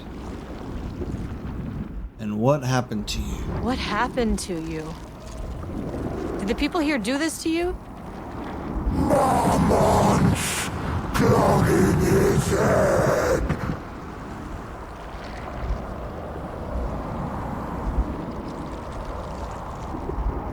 Alan Wake's writing is being studied here. Do you know anything about him? Names don't matter. 1,000 more to come. They say clear communication is the key to any relationship. You and I have some work to do there. You said Marmonts before. Do they do this? Where are they now? Misery, hate. Tell me where they are. A man in a white coat. Christ. Okay. It's A man in a white fixated on coat. the Marmonts. What did they do?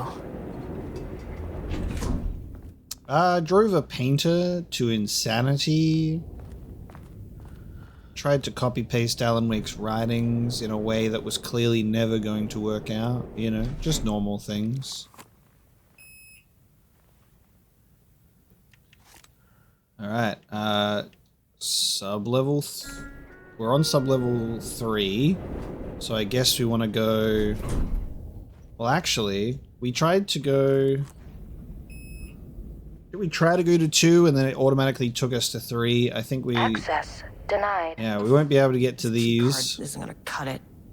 We gotta go to 2, I guess. A threshold is the connection between a foreign reality and our own. Now, they all have their own rules, strange as they are, but the further down I went, the more chaotic this one got. Clearly, this was the Cauldron Lake threshold, but something was wrong. Well, more wrong than usual. I love the paint on a jacket, so good. Okay. Sublevel 2. Lockdown in effect. Please remain calm. Level-wide lockdown in effect. Holding an observation. Please remain calm. Time to lift the lockdown.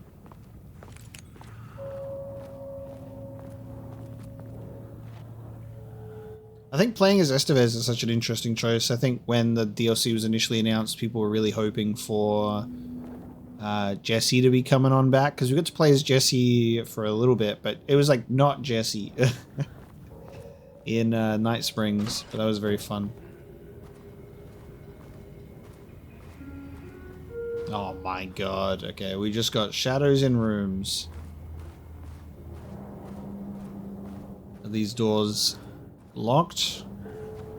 Won't open. I take it by the red light, yeah. Ah, so all the taken are just have been shut in lockdown. Well, I guess that works out in our favor for now. Unknown voice humming.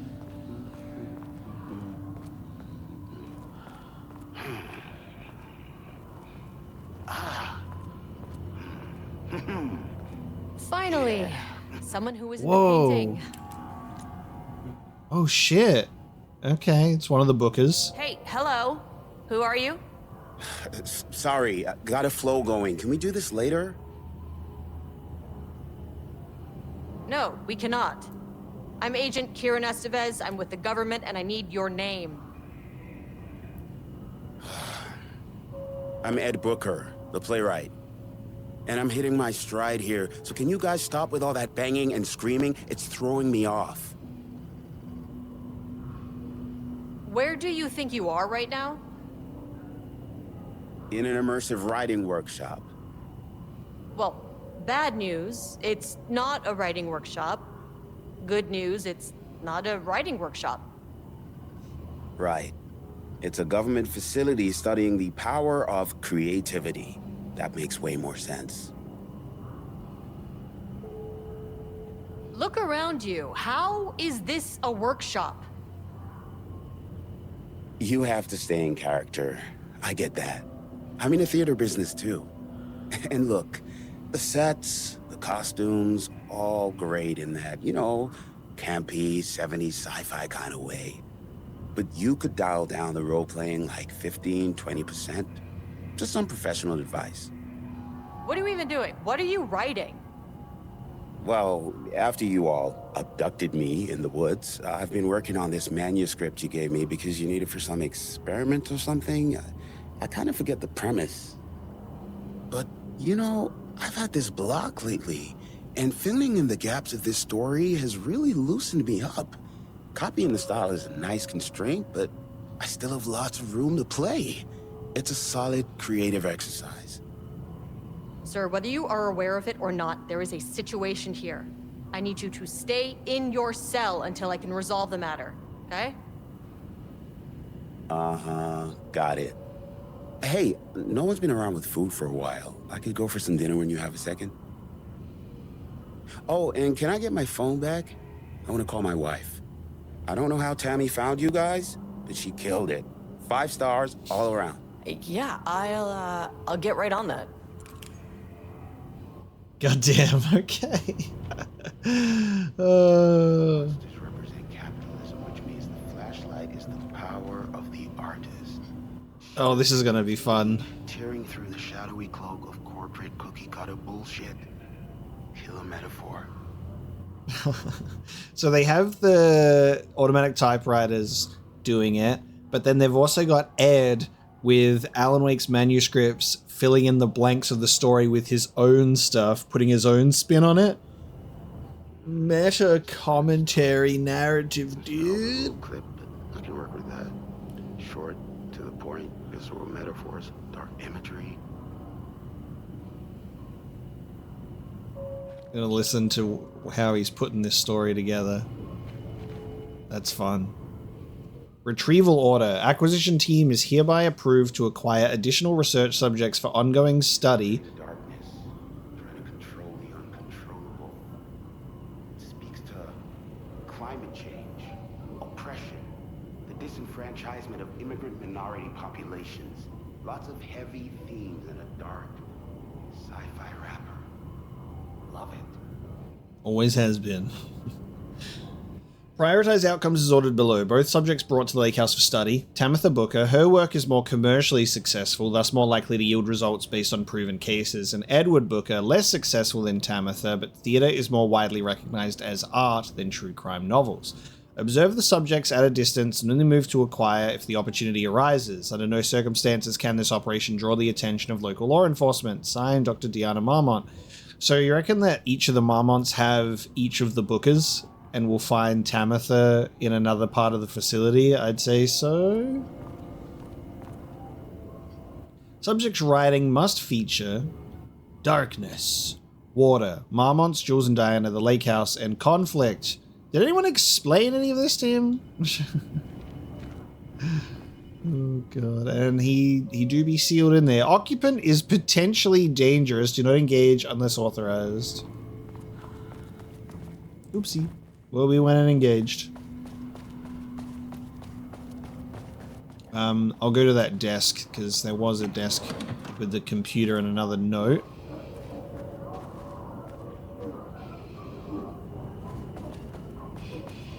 Oh, there's the elevator. How do I get in?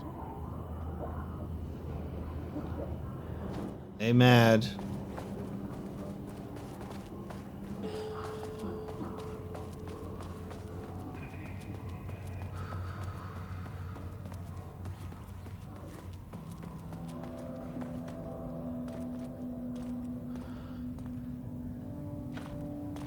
I wonder what happened here. Something that was in here, break containment? Work order, wall removal and transport. Location, sublevel 2, Lane cell. So this was where they kept Lane, our painter, ordered by Jules Marmont. Work required. A section of the cell's southern wall needs to be removed for transport to Sublevel 5 for analysis. Urgency high. Tools required. It's not my job to know which tools you use to cut concrete walls. It is your job. Additional details important. The wall must be removed very carefully. The painting on the interior side of the wall must not be damaged. So we did a painting in here. Jules Marmont looked at the painting. He didn't understand it. Saw only random whirls of color. Drugging Lane made him more compliant, but his work had turned abstract. Jules needed more art his team could parse, could test, trial and error. These abstract explosions of color complicated the data. His grip tightened around the letter opener in his hand. The piece of art he needed was hidden inside Lane. If Jules could simply cut the painter open and pull the painting out of him, he would. The overhead lights flickered. Jules would make Lane cooperate. No more drugs. Less carrot, more stick. Jules had to go faster. He wouldn't lose to Diana. Nothing else mattered.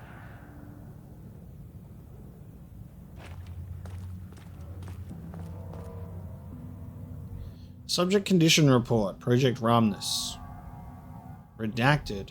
Background information. Rudolph Lane, Subject P, has shown a decline in redacted over the past several months. Initially, this redacted presented as an increase in resistance, frequently declining requests to work. However, given time and pressure, Subject would always relent.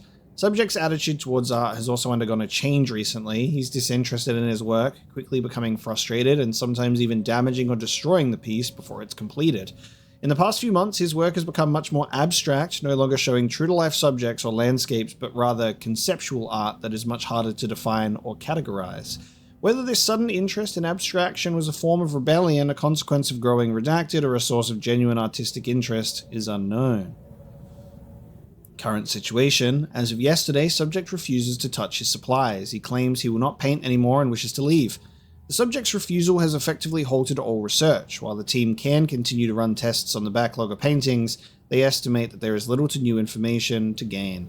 The Subject must continue to paint if work is to proceed. However, the team is concerned that convincing the Subject with force or coercion may only entrench him further in his position. Action to be taken. Dr. Jules Marmont, co-head of research and project lead, has suggested that a high dose of redacted be introduced to the Subject's food to cure his redacted. If the Subject's attitude does not improve, then low doses of redacted will be introduced in order to improve his compliance. Drug the guy and then be like, his art's getting all weird. I can't paint anymore. I know you want me to paint, but I can't. I'm empty. Rudolph, no. You love to paint. And you are such a talent. This is just the classic artist slump. No, I hate it. It's just taking from me now. When can I leave? You said you'd let me leave. Rudolph, but you volunteered to come, remember? We are helping you, like Dr. Hartman did. Perhaps you need to see our doctor? I can arrange that. No, that's... I am feeling better. Much better. I will paint. This is wonderful to hear, Rudolph. I knew you would come back to your old self. Okay. So, while we were at Hartman's in Alan Wake 1 and there's all of those people, I assume that one of those NPCs around the place would have been our painter that was taken there. It's been a few years now since I played our first, dived into our first Remedy experiences with Control and Alan Wake, but that rings a bell. Art, not art. Can't really trying to get a good angle on this. Writing, painting, music, rhyme, sculpture, dancing, movies, TV, theater, puppets, martial arts. What about Night Springs? Not art. Baking. What about cooking? Knitting, speaking, rock stacking. Bullshit charts like this. Deals. Sewing. Graffiti? Graffiti? Graffiti? How do we spell that?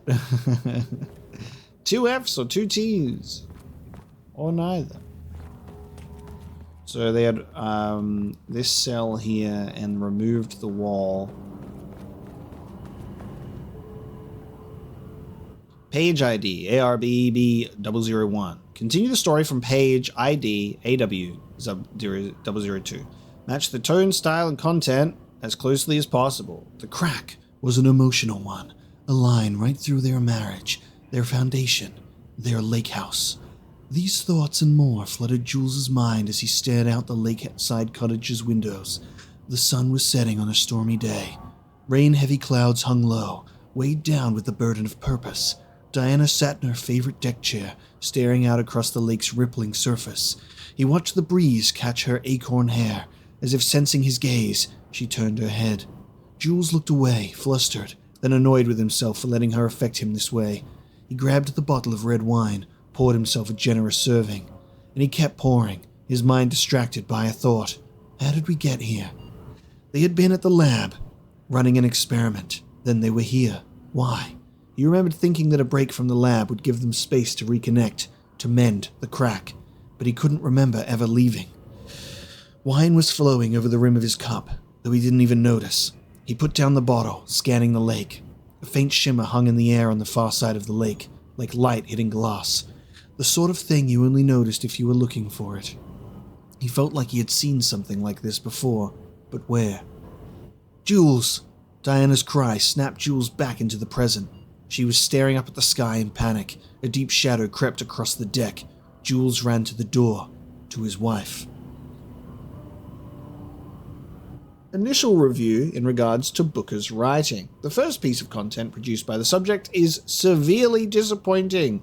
It's not remotely similar in content to the wake pages we provided as reference. Why is it so focused on my marriage? Why is Jules the protagonist? Why is it set in an actual lakeside cabin? And what is happening at the end? What the hell is in the sky? Did anyone brief Booker about the concepts he has to write about? The lake house, the shadow? We need him to match Wake's style exactly. It's not going to work if he has no clue what he's writing about.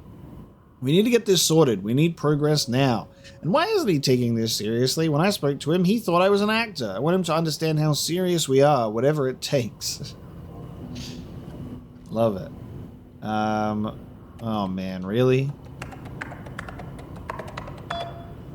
1, 2, 3, 4, 5, 6. Alright, we want to go in order. Hang on. For some reason, this one's yesterday, but it's at the bottom. Again, it's the remember to lock your computer before leaving your station. Sensitivity reminder. Hello, a gentle reminder that nut allergies are a serious health issue, and making light of them is not appropriate workplace behavior for anyone of any seniority level. Bringing nuts to the office is a health risk and should be avoided for everyone's safety. Pie Day. Hello. To celebrate the arrival of fall, I've brought a variety of seasonal pies from that local diner you'll seem to love so much. We definitely read that. Missing Blackrock, significant amount of Blackrock missing from Sublevel 5. We read that. But I guess it's the holy shit emails we want to read. Holy shit. Jay Waterson to O'Crag. Jules sent out a memo asking us to spy on his wife's project. Remember when we just made fun of his stupid project names and science factoids? Simpler times. He really did that? Diana is going to slit his throat if she finds out. Those two are such a hot mess. I got drinks with Perry last night, and he told me Jules is withholding wake pages from Diana's team. He told her that they went missing. Crazy shit. Paula mentioned you two were thinking about asking for a transfer. You'd really leave me here all alone? We can have weekly gossip calls. Promise. Okay. So we didn't have to look for a password this time.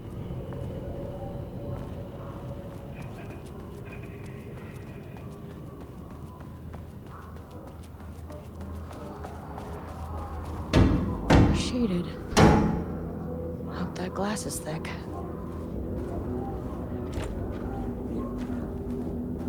Again, it's like this really interesting thing. So I'll take it. Instead of having each team having a booker each, it seems that Diana had the booker and Jules had the painter. And it's this really interesting section where they're not even in different departments or anything like that. They are just literally opposites on either side of the room. Like, you've got their offices on either side. You have their cells on the other side. You have their offices. It's just this complete split down the middle of them all working opposite each other. I find that to be absolutely fascinating. Vandalized text. 0% effort today!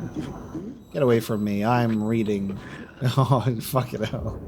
Gonna jump scare me while I'm reading my vandalized notes. You assholes.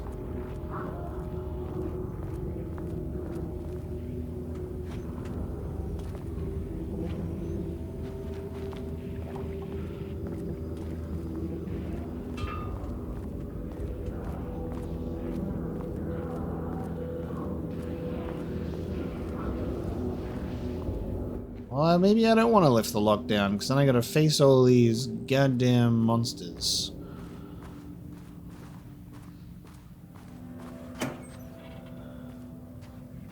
Nice. I love empty containers.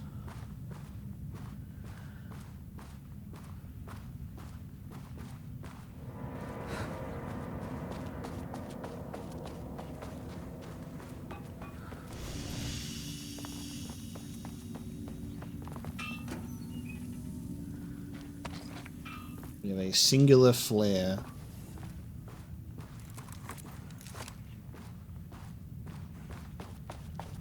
Control center. Time to lift that lockdown.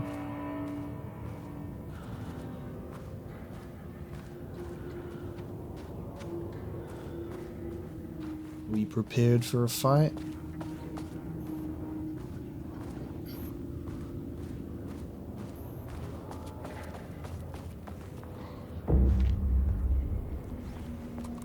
Hey. A higher access card. Sorry, but I need this. What? What are you doing out of your lockdown? What the fuck? How many How did paintings that even did work? they have this guy make? Jesus Christ. So now we can go back up. I'm being deleted again. So now we can go back upstairs to those other rooms. You just do that. Okay. Play green screen, eh? Everything's got a green tint to it. My teeth! It's terrible. The alternative is I do this, but then I can, obviously, I got a little bit of like a green shadow behind me, unfortunately.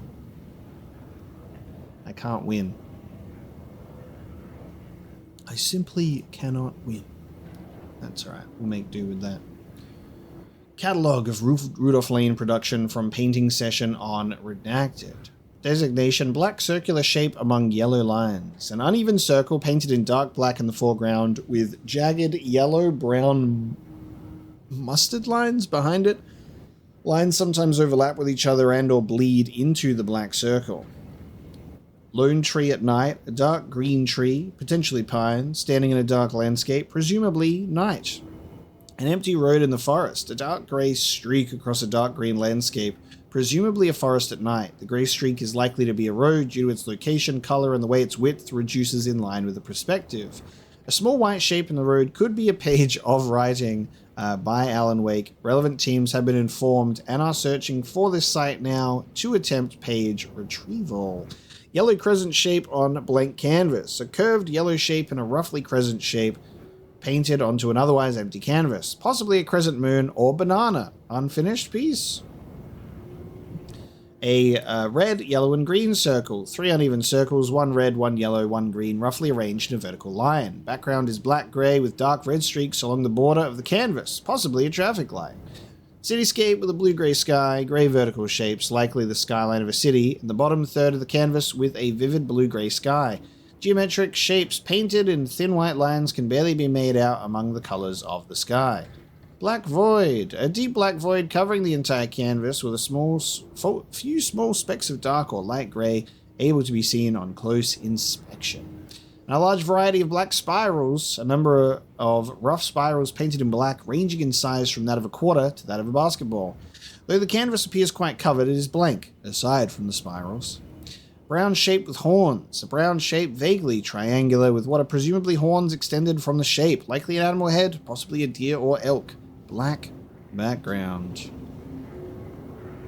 Okay, so now we have password hunting time. So I'm going to assume that it may be tied to our paintings here.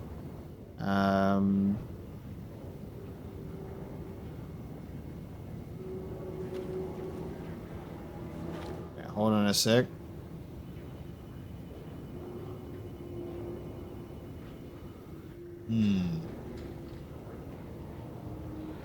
Could be anything to do with...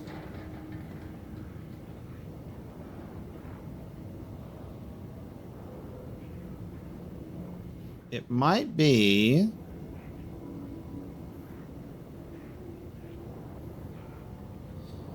Just trying to find similarities between them. It could be the ones that are tied to circles. Maybe. So, because we got 6 numbers to go for. Let's try like 42, 24. I don't know. God. It's a shot in the dark. Come on. Might have to take a bit more of a look around, but I reckon it's tied to the paintings, but it's also going to be guesswork. And the Office 2.4 might also have what we need. Oh god. Was that someone knocking on the door? Oh! Yep. That was someone knocking on the door. Headshots are so satisfying in this game because of the way that it just totally like peels back the fucking skin. 2023 September. September 13, all computer passwords must be reset. Not use birthdays. Okay, so nothing on the September calendar has been marked. However, maybe they've associated it with the date and been silly about it.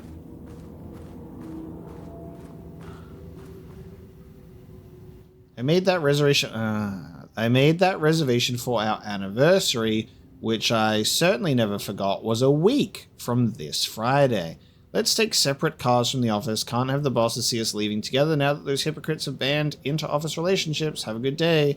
So 14th of September, and it was a week from Friday. So 14th of September, a week from Friday. So 22nd. So this should be... Oh. There's, this one is not even locked. Which means I think it might be tied to this one. I'm going to go 220923. Or 092223. Right. Maybe I got the date wrong. Oh my god. Maybe the clue is also on this computer that isn't even locked. Hold on. So, Trisha update. I just found out what happened to Trisha. Jules fucking fired her. I knew it. She was way too vocal in last week's all-hands meeting. She had valid concerns. That man is a tyrant. Speaking up about safety is no reason to fire someone. Can you believe this new password policy? What security concerns are they even talking about? We're a fenced-off government bunker. We're a fenced-off government bunker in the middle of nowhere. I think they're getting paranoid. Anyway, I set the security terminal's new password like the memo suggested. Ah, there you go. Our anniversary is the base numbers, then Black Void. So it is actually tied to the painting page as well as the anniversary. So it's 2209 and then whatever the Black Void one is. Yeah, the moms are losing it. Big surprise. I bet Diana set Jules' background to big old turd or something. Once again, they're making their shitty marriage everyone else's problem. The password you sent didn't work. Black Void is 44, right? From the list of Lane's paintings? I need to get in or this is going to be a total waste of a Wednesday. Ah, 44 is right, yeah. So I guess you're telling me you don't know when our anniversary is. Well, good luck with that. Today's password is the date of our special unforgettable anniversary plus brown shape with horns. Love you. I maintain that seeing a movie together does not begin a relationship.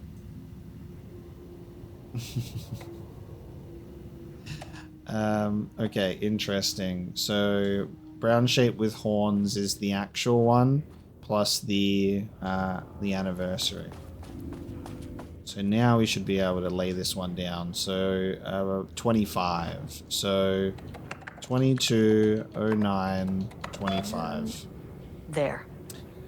You get there eventually once you have all of the notes. Now we can deactivate the More lockdown. situations like this are gonna fall through the cracks.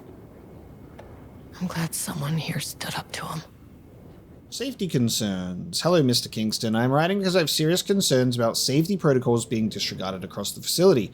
I've collected a list of violations that I've personally observed. I can send this to you. My opinion on the matter is that both Dr. and Dr. Marmont are driving this facility's staff into progressively more reckless behavior. Good day. And then Trisha was fired. Hello, Mrs. Howard. Thank you for sharing your opinion. All facility operations and safety measures are under the purview of the heads of research. If you have a complaint, please file it directly to them or contact the Bureau's acting management team in Dallas. Thank you.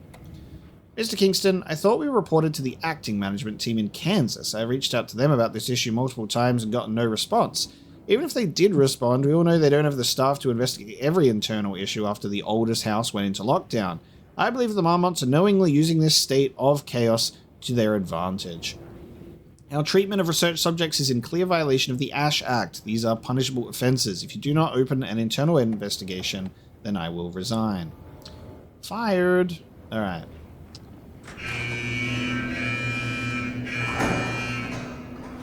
Time to unleash the monsters. You are now safe to resume working.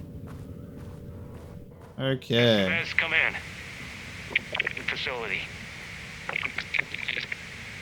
Sublevel 1. You copy? No. Turn back. Area is extremely hostile. Fucking radios. They're on floor 1. I'll need help. And now we have to go through the lockdown that has been lifted.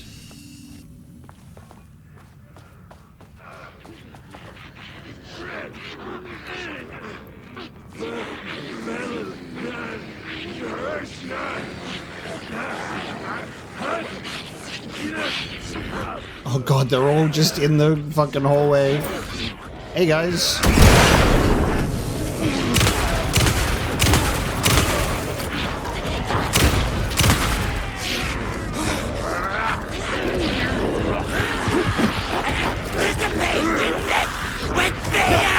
Can you allow me to fire?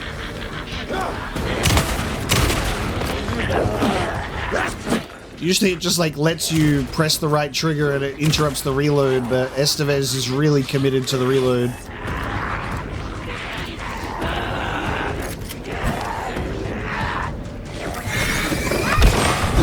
Oh god.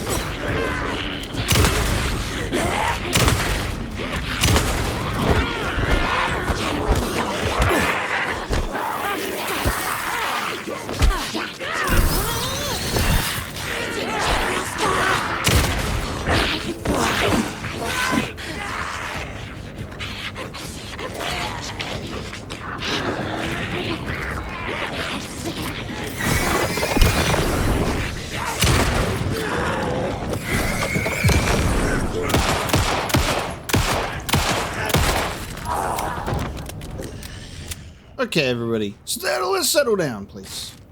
I have not received many first aid kits at all. So if you want to start giving those to me. This painting's been covered. So they definitely saw the amount of healing you can end up with in the base game and said, take all of that away.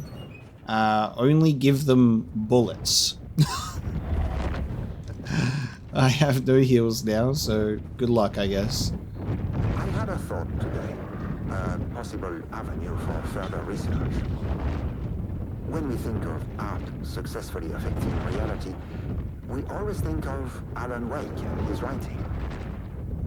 This could be due to recency bias or simply the amount of recorded evidence skewing our opinion. But also, I wonder if writing's very nature is an advantage. Text can describe events in such explicit detail. The story gives the shadow a, how you say, blueprint, a map of what to make real. But not all art is like this. Music, sculpture, dance, cuisine. In our case, a painting. When the source material is open to interpretation, how will the shadow choose to interpret it? I think Diana will find the question very interesting. Most likely, she already has an answer. That's why I love her.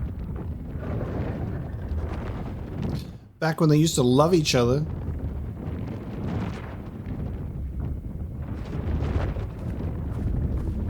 Again, the green filter of this game continues to delete me from existence.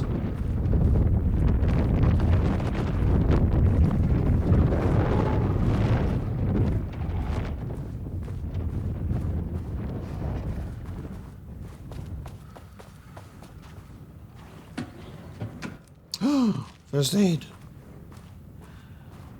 They're like, okay, I see you've ran out. Have one. Don't use it all at once.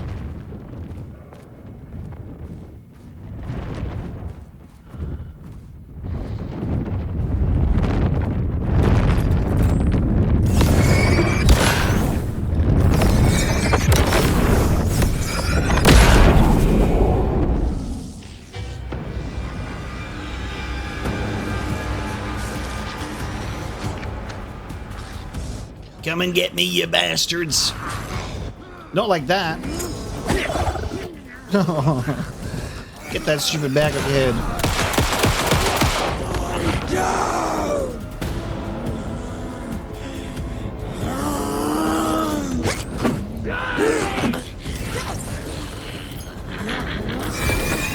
Sometimes that, like, torch blast is so weak, but it still uses a whole charge. Like that. What is that?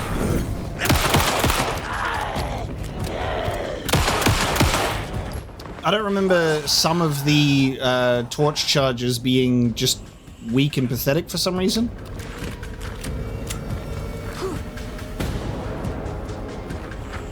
You gotta use a whole charge and it barely does anything to them. There you go. Oh, that's weird. Took most of his face off. And the mask, kind of. Alright, everybody, settle down. What do you reckon Mr. Booker's gonna say about that?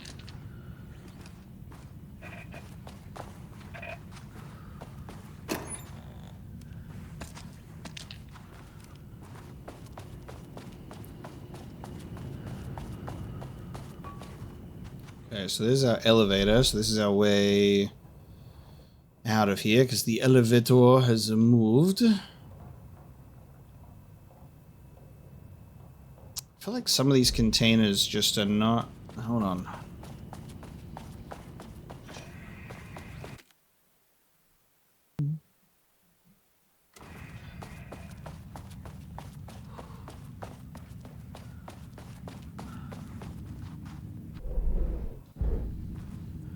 Okay, I'm right on top of a container. There it is.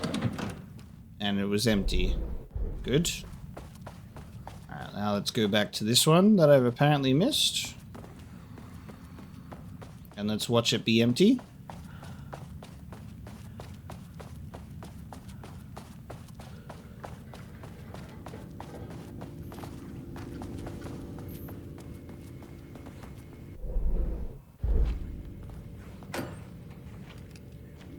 And it was empty. That's good. Okay, so the game was like, well, don't miss these two containers, my guy. You'll really want to know what's inside them.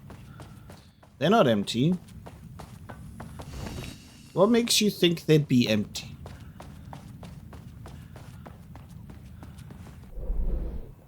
I like that though. It does keep up that that tension of being like, I need stuff desperately, in the game being like, you thought. Alright, let's check on Mr. Booker. How you doing, sir? Can't talk to him. He's gonna be like, where's that food? You're just making a lot of noise out there. Security level 3. Alright. Won't be in there yet. Alright. It's elevator time, and that's in that case.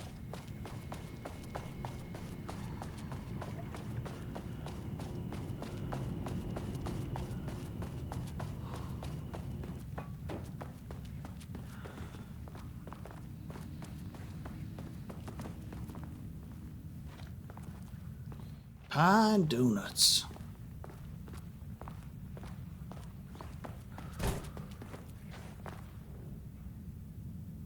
Team notice. As you may know, a valued member of our project was recently reassigned off of Project Arbutus. Carla Livingston's designs and engineering expertise were a key part of the project. Key part of the creation of the ATDs. Their contributions to the project cannot be overstated. The project team should rest assured that their reassignment was an error that should be corrected soon. As our project director, Dr. Deanna Marmont, would like to remind all team members that any directives or assignments from Dr. Jules Marmont have no bearing on Arbutus staff and should be ignored. Oh, so Carla was reassigned from Jules, and that was a mistake. So they're also now fighting for specific team members as well. Painting review. Storage! Okay. Ow, my head. Not my health that I desperately need. You gonna remove that from me, bro? You gonna remove my health from me that I desperately need? God damn it. Ouch. Ah, my curiosity. Getting me in trouble. There better be something good in this room for me. Background report of Rudolph Lane. In 2010, Lane was inadvertently involved in AWE 35 while residing at the Cauldron Lake Lodge, where he lived under the care of Dr. Emil Hartman. See this case for information in regards to his crimes and arrest. Lane was seriously injured during the AWE. He received medical care in Seattle for 2 months, during which time he was questioned and cleared by FBC staff. After the Cauldron Lake Lodge was seized and closed by the FBC, Lane moved to Watery, WA, where he currently resides. Recent surveillance confirms he has no known personal relationships or affiliation with paranatural groups. As requested, the observation team has confirmed that Lane continues to paint as of the date of this report. So he was at that lodge, and he did survive and moved away.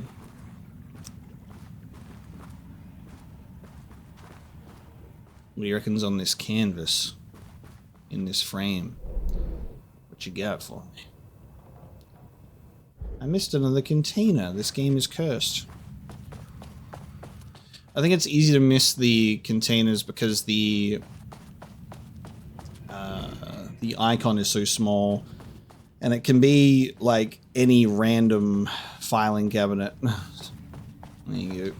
Oh, 2 filing cabinets.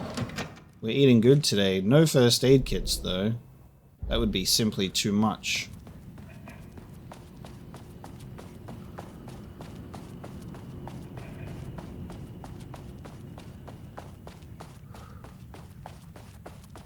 My team was on Sublevel 1. I knew they were in danger. Are we going to be allowed to go? Yeah, we got Sublevel 2. We got access to these now. Sublevel 1's already been... It's in white.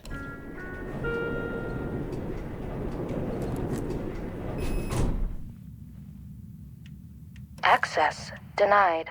Still Access denied. Denied. I'm pressing number 3, and the locate your team on Sublevel 1 objective disappeared. So is it taking us to level 1 automatically anyway?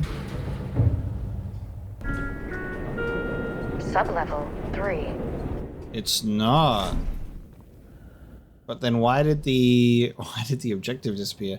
That's interesting. So I was specifically coming here just so I could get my level 2 doors, and then we were going to go to level 1.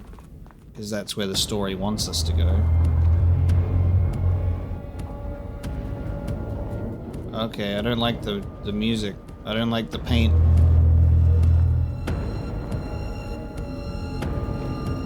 Let's not do this today, guys. I just gotta... Oh, okay. Yep, it jumped out of the wall. I don't have time for this painting monster because I don't have enough health. Just let me be, please.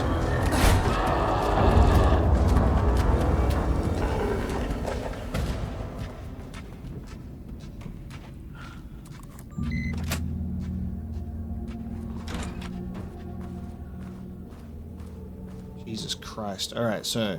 Grabbed by a painting monster. Wasn't that fun? Wasn't that a delight? Water dripped from the ceiling as Diana stared at the folders stacked on her workstation. Each one was a branch of research. Drip. Some were thin, some thick. They represented years of her life, her work, dissecting the act of creation and examining the bloody pieces. Bringing in live subjects had been her idea. Drip. Bureau leadership denied their request. But after HQ went into lockdown, she took advantage of the chaos and got her artists. Jules had whined about the optics. Diana ignored him. Now in her office below the waterline of Cauldron Lake, she considered how to proceed. Jules was convinced the page they had found would come true. It promised disaster. A situation out of control. Impossible. Diana was always in control. Drip. Drip. She needed answers. She needed to quantify, to define, to control. To control... Control 2, the video game. Do not copy weak manuscript pages. So room number 2, that I busted my ass and lost health for, had a wake page.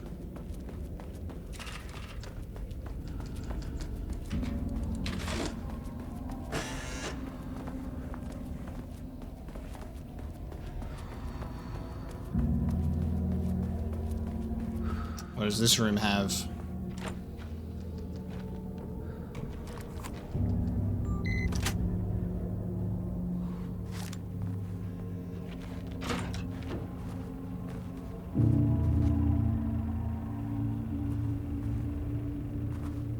Jules' team has found new pages written by Wake. You must have gotten Rudolph Lane painting again. His bullshit pedestrian methodology cannot produce results before mine. I have to go faster, no matter the cost. We're still behind our projections. The more the machines can produce, the closer we can calibrate them to Wake's style. But proper calibration takes a lot of raw material, and production is slow. No. We're changing directions. The hypothesis remains unchanged. Imitating Wake's writing style will allow us to generate art capable of linking with the threshold. Our live subject should match Wake's style much faster. People can be calibrated just like a machine. You simply have to push the right buttons.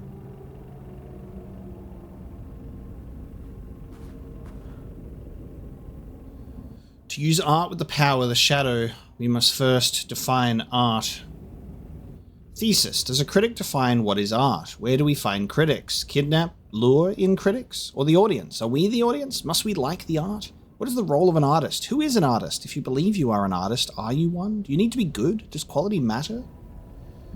Define an artist. A drug-using bum, often wears a turtleneck and drinks red wine, left-wing political views. Danger if left-wing politics made real by the shadow. Any right-wing artists? Not for abstract art or poems. Okay. the left and right wing political concerns in art is a bit of a funny one, considering the history of art and media in general. But I guess being able to write whatever you want coming into reality through darkness is an interesting take. Okay, so am I going to get attacked by this guy again? Yeah. I was... Wow. It's free damage, dude. That's crazy. And then my neck's broken. That's free damage dealt to me. I was like, I'll step away from it and see, but it comes out and grabs you automatically. It doesn't come out and then chase you. Can I shine the flashlight on it? Because that's buck wild. How do I avoid that? Because I thought that they were immune to the flashlight when they first started chasing us. Can I preempt the fight? Maybe what we'll do this time, instead of going to sublevel 3, is we'll actually go to sublevel 1. Turned innocent people into tools using the FBC's authority. They thought they were untouchable out here, hidden away in the woods. No. Actions have consequences. And I'm the consequences. Nice. We'll go to sublevel 1 with our team because we do have the level 2 keycard to get the level 3 key card.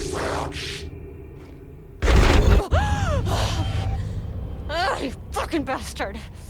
Oh, Jules. Marmont killed my team. He was taken by the shadow. I'm sorry. Holy fuck. Okay. So now we gotta head back. I should get that gun while I'm up here. And that's what I was just going to talk about, is if we get this gun, this might be our key to doing damage against our paint monsters. And then, instead of being grabbed by them, I can go back downstairs and open up those things without having them take free shots on me. Just got to be careful where they spawn from. There's one. Fucking God. How do I get in the room with that gun? I need to move I have to move the stuff around. Bingo. That keycard's gonna get me to sublevel 5. Did I not read this? Went missing last night. Oh no, we definitely read that. I need to open up that door. So where was the lever was in this room, because that's our panel control switch.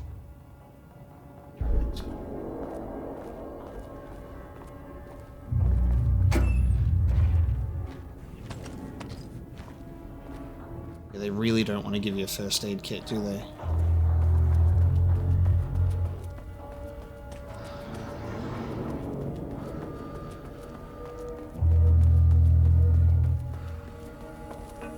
So our team was doomed whether we went to sublevel 3 first or not. I mean, that name is not very scientific. I mean, who came up with that? Shadow.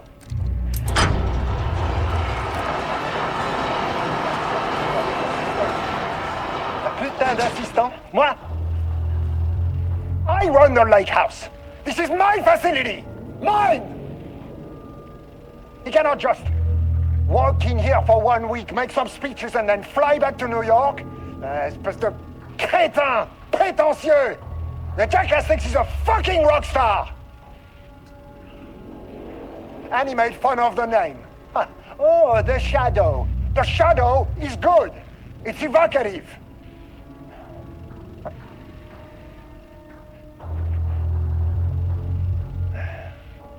He is just a jealous, spoiled little child.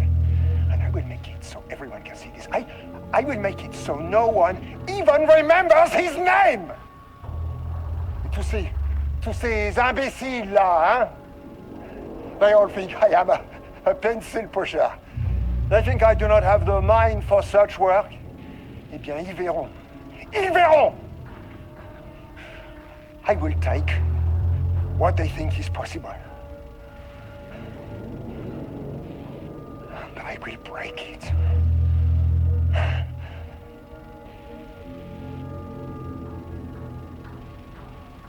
I think that's psychopathic behavior, don't you?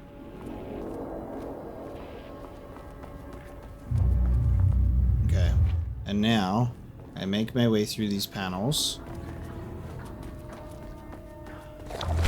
Oh, never mind. Wait, was that on this side? I did not even see that. Oh my god.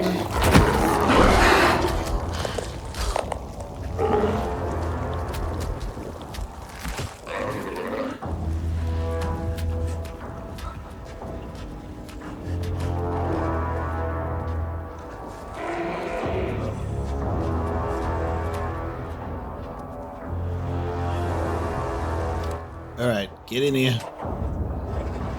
Quickly now. No, shut the door. Shut the door while you're in there. Shut the door while you're in there. Jesus Christ. Don't shut yourself out. You know, okay. Empty. First aid kit? Flash grenade. Alright.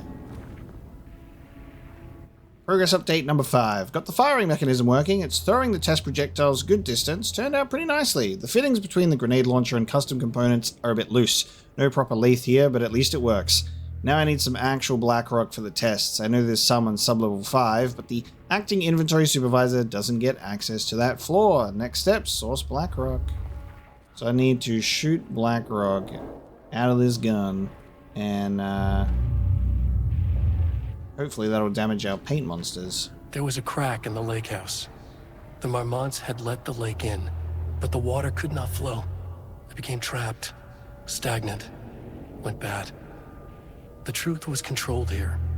The art was not art, just content for the experiment. The contrived overlap rebounded on itself, compressing, compounding, reflecting, and refracting. An urban legend and a murder in constant imbalance, cause and effect hopelessly entangled. Arranged wrong, the dream logic flawed. The feedback loop doubled and redoubled, out of control. The pressure kept building, looking for a release. This is what Julia was reading.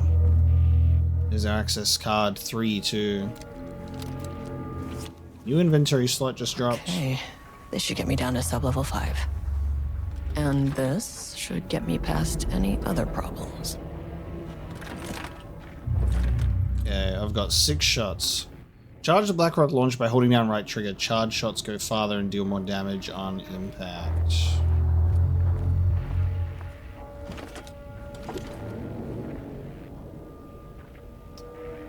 Okay, now let's think password.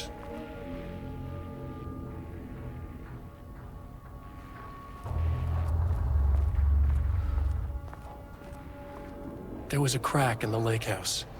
The Marmonts had let the lake in, but the water... And don't accidentally press that button, because you'll just waste your battery.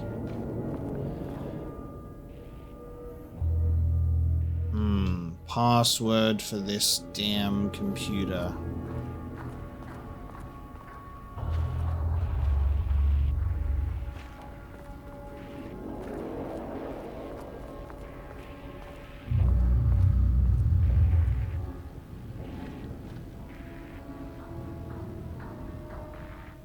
Oh, hang on. There's a there's numbers on the side of the screen, but it's really dark. 021219. It's so dark on the side of the screen, unlike the other one, but then you can see it. There you go. So Pi Day sensitivity reminder. Missing Blackrock reassignment.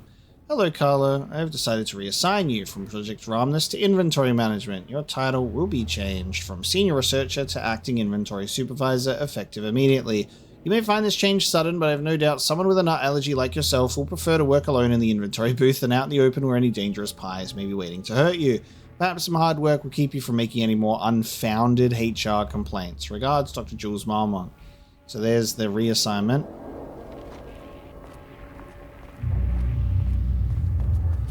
And now we got this for paint monsters, potentially. Black rock launcher. So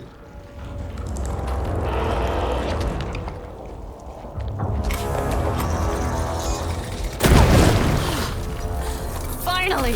Something works on these bastards. Jesus. So there you go.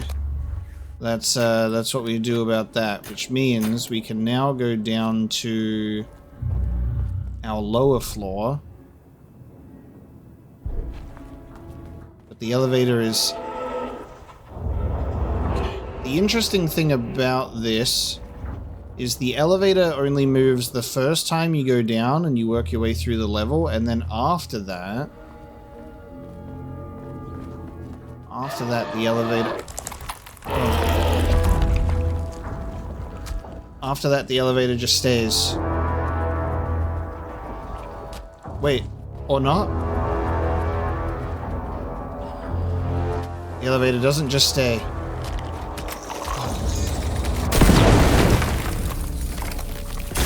Wait, where is it now?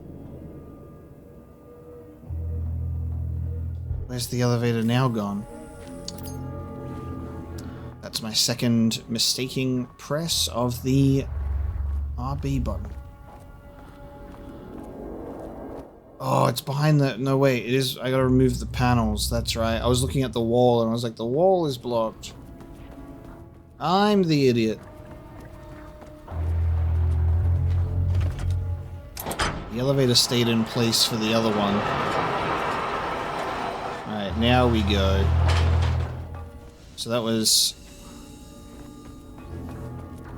an experience. There's another one on these walls somewhere.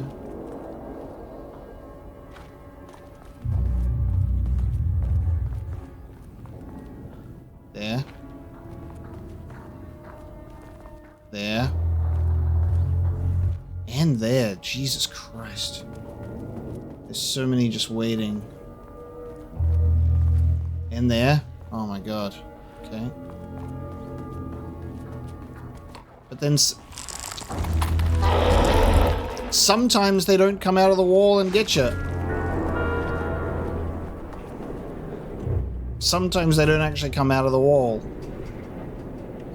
Alright, now we go down to... we go back down to 3, so I can get those notes. Changed Jules Marmont into a hostile, paranatural entity. That made everything simpler. No arrest, no paperwork. I could put him down like the monster he was. Sublevel 3. So this is my issue, this guy. Is it going to come out of the wall, or am I getting automatically grabbed? I don't know if we can attack it while it's in the wall. Oh, there we go. It comes out. Okay. It comes out of the wall. My issue has now been dealt with. Okay. Oh no, hang on, it was this one.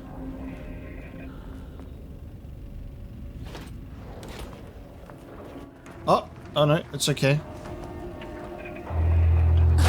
It wasn't that one, so I guess it changed. It can be any one of the paintings, but we dealt with the monster. Okay. Cool. Not looking to burn all of my ammo here. From the ceiling as Diana's we basically just want to collect the notes, so it counts as me having come to these locations, right? Now we can go back to floor level 2 as well and go into the room that was locked with the level 3 keycard. So we'll do that too.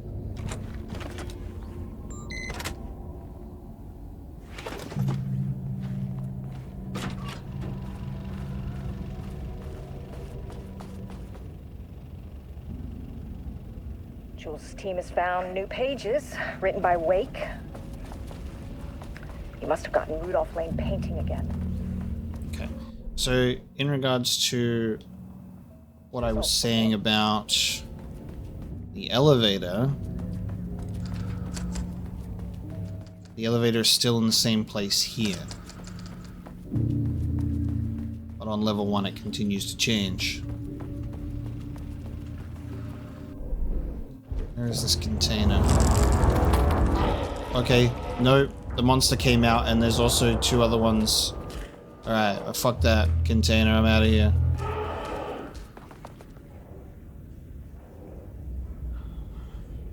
Oh, look at that thing. Yeah, we'll leave that. We'll let that go. We'll let that go. It's not that deep. You can stay there. Okay.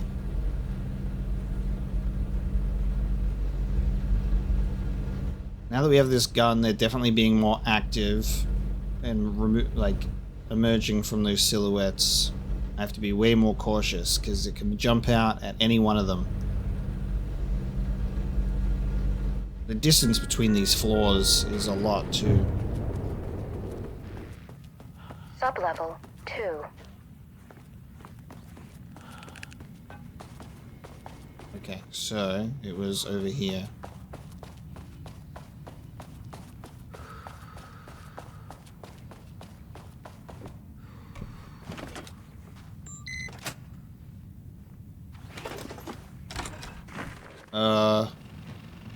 Okay. Don't.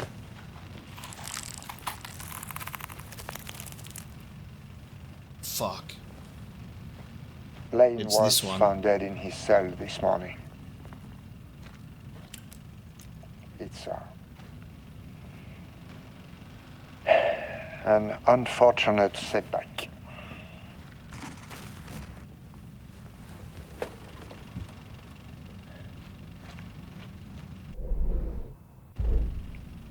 When a door is closed, a window is opened. I believe that's the saying. Lane may be gone, but he left us with a goodbye present. A final piece of art.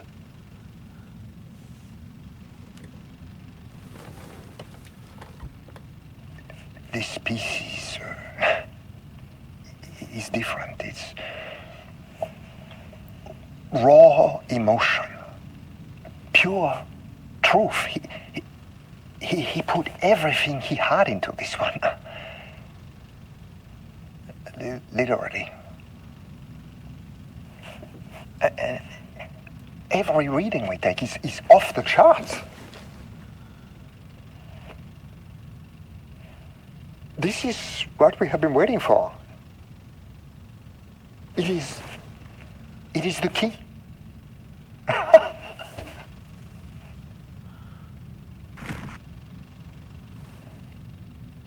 I will achieve what no one has before me.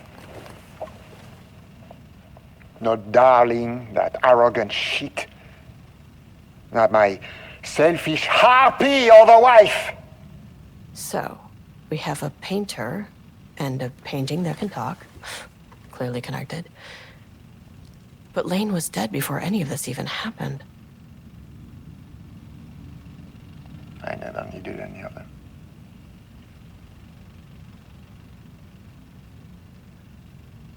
The fools will finally see me for the genius I am.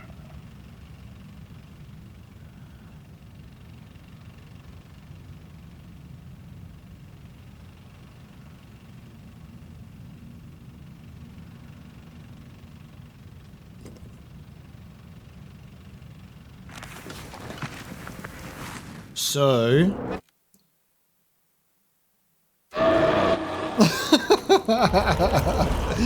Hang on. So... Fucking hell. As soon as they were so kind to let the interview end before I get attacked. So... put everything he had into this one, literally. So we had all the blood in the cell. The painting that he did is the painting that we've spoken to. That was the one carefully removed from the wall. So he's put himself into that painting, and then he was dead by the time that that happened. So there was something that was triggered that made that painting respond. Wild. Alright, I had to kill that thing in order for me to listen to this. Or read this. I thought we were going to listen to that. Dr. Jules Marmont, co-head of research. Project Ramner staff, state of Project Arbutus. As a head of research of the Lakehouse, it is important that I am informed of all proceedings in this facility. Since the other Dr. Marmont is failing to provide me with the details about her team's progress, I ask that you all seek information from members of her team. Anyone who comes to me with details on Project Arbutus' current progress will be rewarded. So we read the emails about the asking to spy on that. Alright. So these additional rooms yield info and exposition for us at the cost of ammunition. Like, there is a cost to that whenever I go into these areas for these things. That's what I have to deal with. Oh, I didn't push into this cell, so I missed this note. I only read this one. Looked at the painting. I missed this, so this is a good reason we came back. Project Ramner subject condition report. Rudolph Lane, subject P, has shown a decline. Oh no, hang on, wait.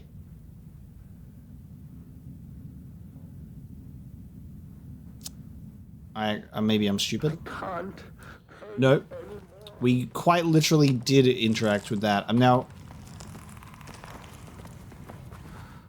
questioning my own reality. Disregard the fucking elevator. Alright, so the elevator moved again for floor 2. How interesting that it was just that one floor where I could go back to the elevator. But in these areas it moves back to your original exits. Okay. Now we go to floor number 4. Because floor number 5 is where we want to go for Blackrock. Floor number 4 is Research Archives, Dr. Marmont's office, and then... This is not level 4. Oh, okay. You see how whenever you're like, I want to go to this level, and then the game says, This is not level 4, this is another conversation with the painting.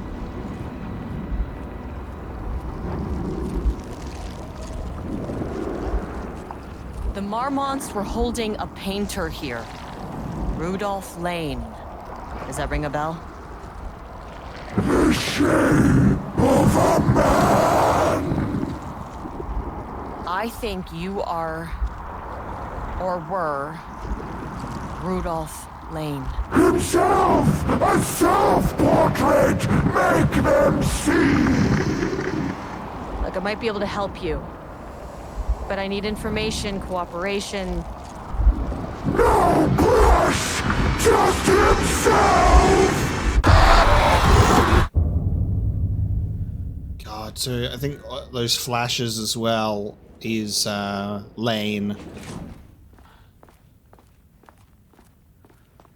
Rudolph Lane was dying. Both murderer and victim. Red hues ran down his hands. Was it scarlet or cadmium? Too vivid to be maroon. Names don't matter, he decided. Color was pure. Inspiring. For the first time in years, he wanted to paint. A self-portrait. To say goodbye. No. To make them remember. To make them see what they did. He slapped his hands against the wall to steady himself. He began from there.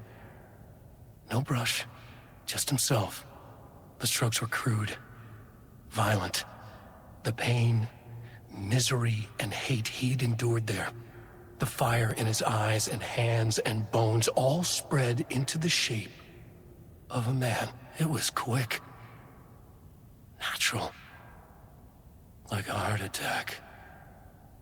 He slumped down to the floor, smiling at the anger he left smeared across the wall.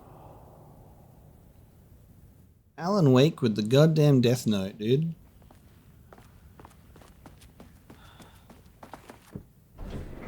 Okay. You know, let me try for floor number 4. Let's see.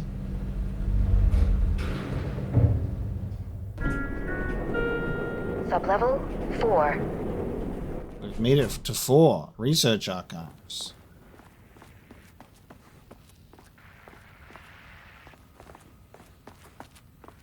I didn't see any evidence of paint here. I think I'm safe from the monsters.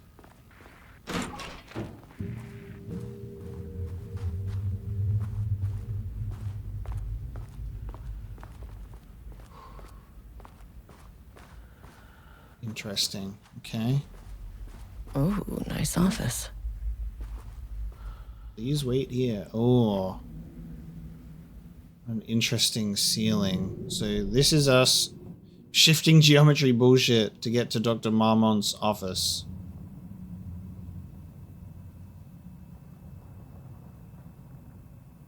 So there was Dr. Marmont's office on our ground floor, and then our other Dr. Marmont's office in the research archive, surrounded by shifting geometry bullshit.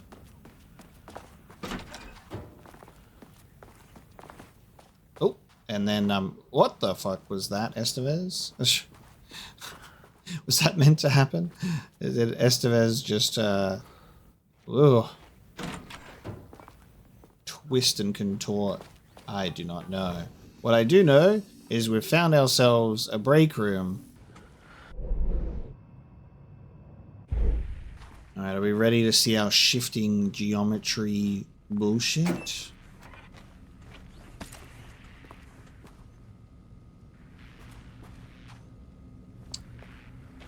I don't think that was supposed to do that, but that might be part of the shifting geometry bullshit. So I now don't know if it's a bug or if it's intended. Okay, navigate the archives. This is probably part of us getting to level 5, to be honest. I could imagine this being some roundabout way. Got a beautiful little item box here. We have the game being ever so kind to give us one single first aid kit.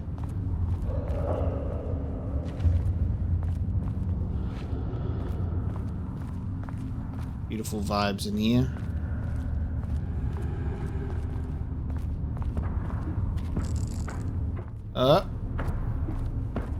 Potential paint monsters. I'm going to be burning through my ammo on this. I need to pick my battles for sure. I've got 2 shots left, so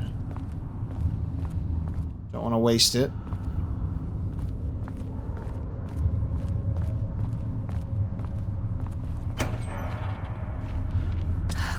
Blackrock powder. Oh, out for more of these. That's Blackrock powder. Okay, we got an extra shot, so we can actually pick up the Blackrock powder as ammunition. I thought that was another flash grenade. Blackrock rounds. So I think we picked up a Blackrock round last episode too, and I just assumed that that was a first aid. Oh no, maybe not. I don't know.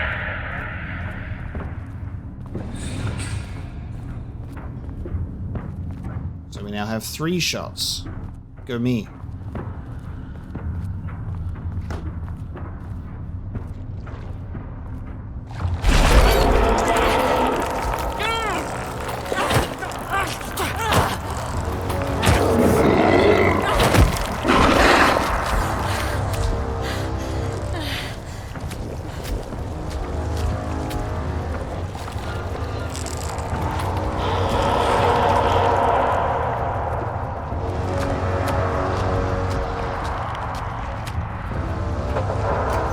I don't know if more can spawn at the same time. I genuinely don't know.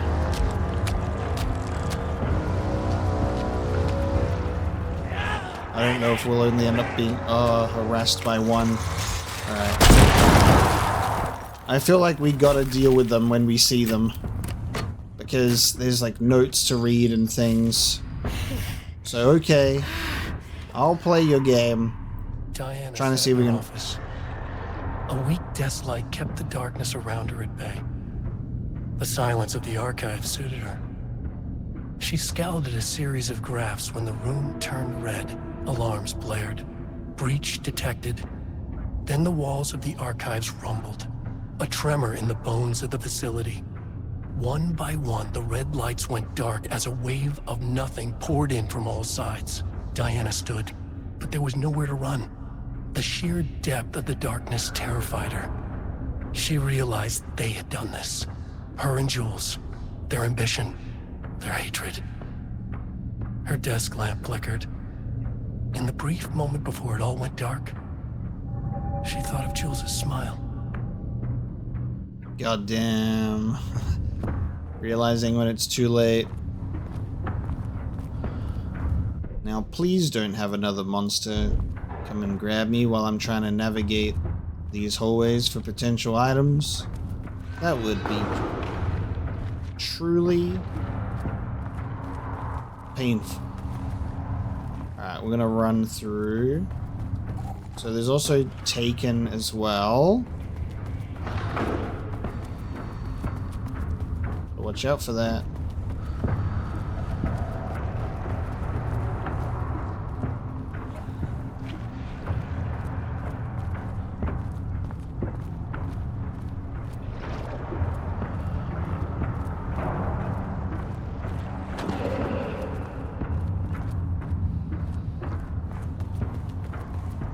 The stress of not wanting to trigger potential paintings keeping me from checking everything because I'm like,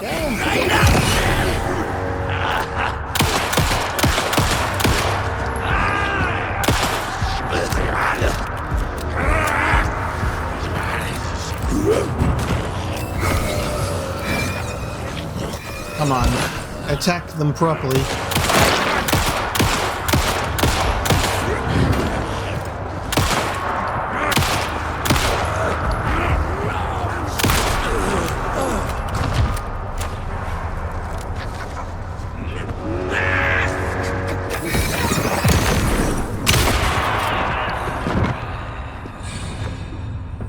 Sometimes they'll go down in one shotgun blast. Other times they'll be like, pump me with 3 and I won't even react to you.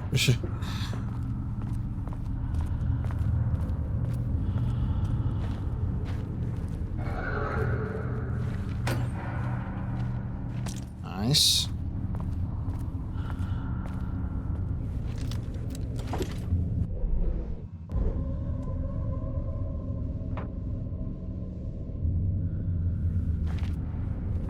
Was that black rock powder?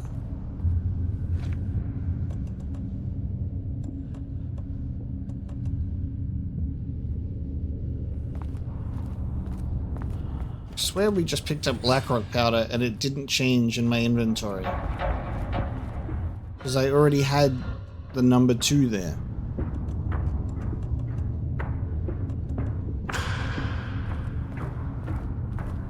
Am I losing it?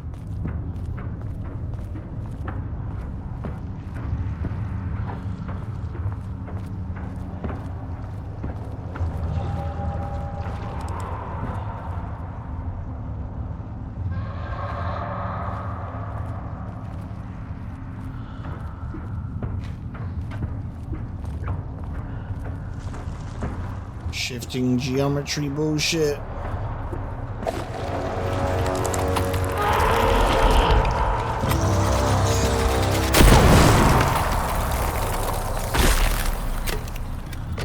Bye-bye painting.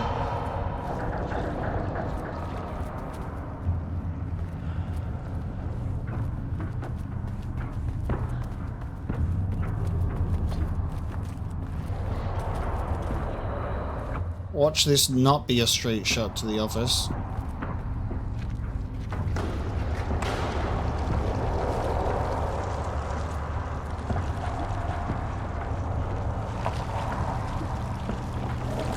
Ooh, alright, we're in the infinite space where it just continues.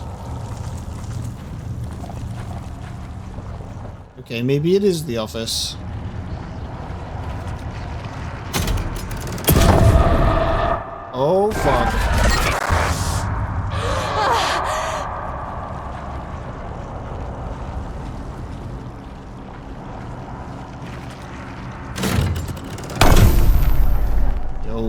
Okay, Jules is lurking. Annual report threshold study. Progress in the Lakehouse's directive to understand and suppress the Cauldron Lake threshold has improved this year. Research in the areas of threshold energy detection and measurement have made great strides, allowing us to work with the Investigations Department in the construction of an early warning system near the shore of Cauldron Lake. Exploring the relationship between the shadow and sources of light continues to be difficult without active threshold manifestations to test against. Additional means of containment and offensive measures against the shadow have similarly been difficult to develop without an active AWE throughout theoretical research continues. Research into threshold suppression techniques is ongoing, with no clear determination regarding their viability possible at this time. The team has been testing counter-frequency projection in the vicinity of Cauldron Lake, with all findings being sent to Dr. Darling as requested. In summary, 2017 has been a successful year, with further promising breakthroughs predicted for 2018. And the research mandate. Before Dr. Darling was lost in the lockdown of the Oldest House, he tasked the Lakehouse with discovering the nature of the shadow and its ability to convert art into reality. During our diligent research into this phenomena, it has become clear that Darling was not dreaming big enough, which led us to the new goal of the Lakehouse and its talented staff, to create a stable connection between the Cauldron Lake threshold and our own dimension. Threshold traversal has only ever been possible inside the Oldest House and occasionally during Altered World events, though this is often an involuntary process. The Shadow's known attraction to art provides us the perfect opportunity to create the world's first controlled bridge between dimensions that can be safely traversed in either direction. A laboratory will be built on Sublevel 5 where experimentation related to linking with the threshold will be performed. This location will take full advantage of our proximity to Cauldron Lake. In this laboratory, we will simultaneously develop machinery that can connect with the AWE site and the lake in the lake and use art as the focal point to create the bridge.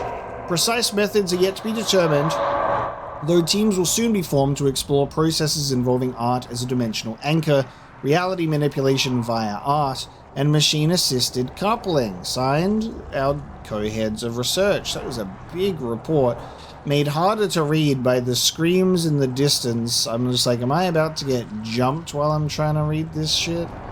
Perhaps.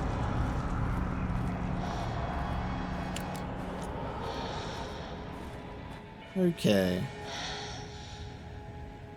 September 13th, 2023. Notes regarding the concept of the tortured artist.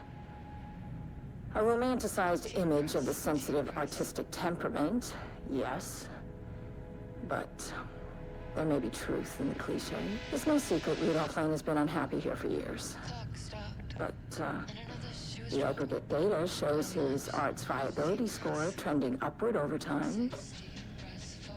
If Jules hadn't neglected to hold regular psychological exams, then we could have quantified the subject's emotional state, creating a sort of distress rating to compare against the art's score. I'll make this a sub-goal of my study of Edward Booker.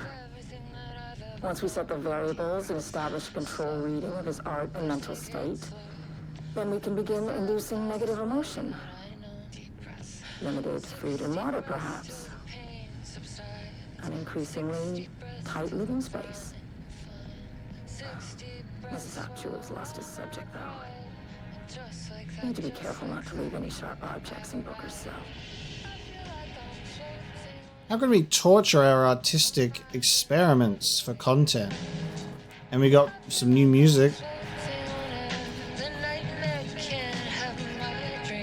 New song. On the morning of Redacted, the musician, held at the Lakehouse for research purposes, was discovered missing from her cell. Security footage of the cell from the night before was damaged by electrical interference of an undetermined nature. Redacted, known professionally as Redacted, has produced a song called 6 Deep Breaths during her time at the Lakehouse that was considered very promising as research material. Redacted somehow used her song to orchestrate her escape. Efforts to find Redacted were brief, with any wider search considered an unacceptable risk to the Lakehouse's mandate of confidentiality. Action to be taken. An investigation is currently ongoing as to whether any staff at the Lakehouse were involved in the disappearance of Redacted. An investigation is currently ongoing as to whether the subject used the song they created as a Redacted means of escape. All material related to and work produced by Redacted will be stored in the archive for future reference. and online checks for the public reappearance of redacted are to be performed weekly. Known web addresses associated with redacted in the past, known addresses with para-utilitarian AWE activity, redacted. ThisHouseofDreams.blogspot.com, redacted.www.sirensociety.io, redacted, blessed, redacted, etc. For the up-to-date full list, refer to redacted. We got some new music and it was explained in universe. I love that. Floating on air, she flied away to escape on a road. The definition of art, a study. To truly comprehend the threshold within Cauldron Lake, we must first understand its attraction to art. However, even the definition of art is as varied as the range of crafts that fall under the name. To that end, we must open a track of research dedicated to defining and quantifying art, ultimately rendering the concept into a unit of measurement. Let's break down what art is and make it mundane, scientific, and boring. To begin, let's not try to understand humanity's definition of art, but rather Cauldron Lake's preferences. Past cases of Cauldron Lake's threshold affecting reality have centered on writing, Wake 2010. Cinematography is also suspected, though not directly confirmed, Zane 1970. What about other mediums? We will need to test the viability of painting, poetry, music, photography, sculpting, dance, and so on, not to mention the myriad of genres or methods with each medium. Because wasn't Thomas Zane originally a poet in Alan Wake 1, right? So poetry being in here, it's interesting, because I guess we've moved Zane into the cinematography space with Alan Wake 2. And what about crafts outside of the most common artistic expressions? Does any act of creation on a high level of expertise merit the title of art? Baking, woodworking, etc. What about non-physical mediums? Why is music an art and philosophy is not? Does something become art due to its medium, its quality, or perhaps simply through the intent of expression? Or an equation made up of all three? What would be the order of importance? What thresholds must each factor reach for the equation to succeed? Well, the thing is, art isn't mathematical, it's not scientific. Dr. Diana Marmont. Let's have a look at your computer. The Lakehouse was underwater. The Marmont's ambitions had finally been realized. Jules had dangled the painting like a lure and hooked an ocean. Their machines couldn't hold it. A fault in the system. The water rushed in, filled it until it was ready to burst. All their successes and failures had led them here. The work had made them into monsters. But the Lakehouse was still theirs. It always would be. They could feel an outsider trespassing in their labs. "I know you're here," they called out to the dark. They hunted floor by floor. They wouldn't let the intruders stop their progress. This was their home. Their beloved tomb beneath the waves.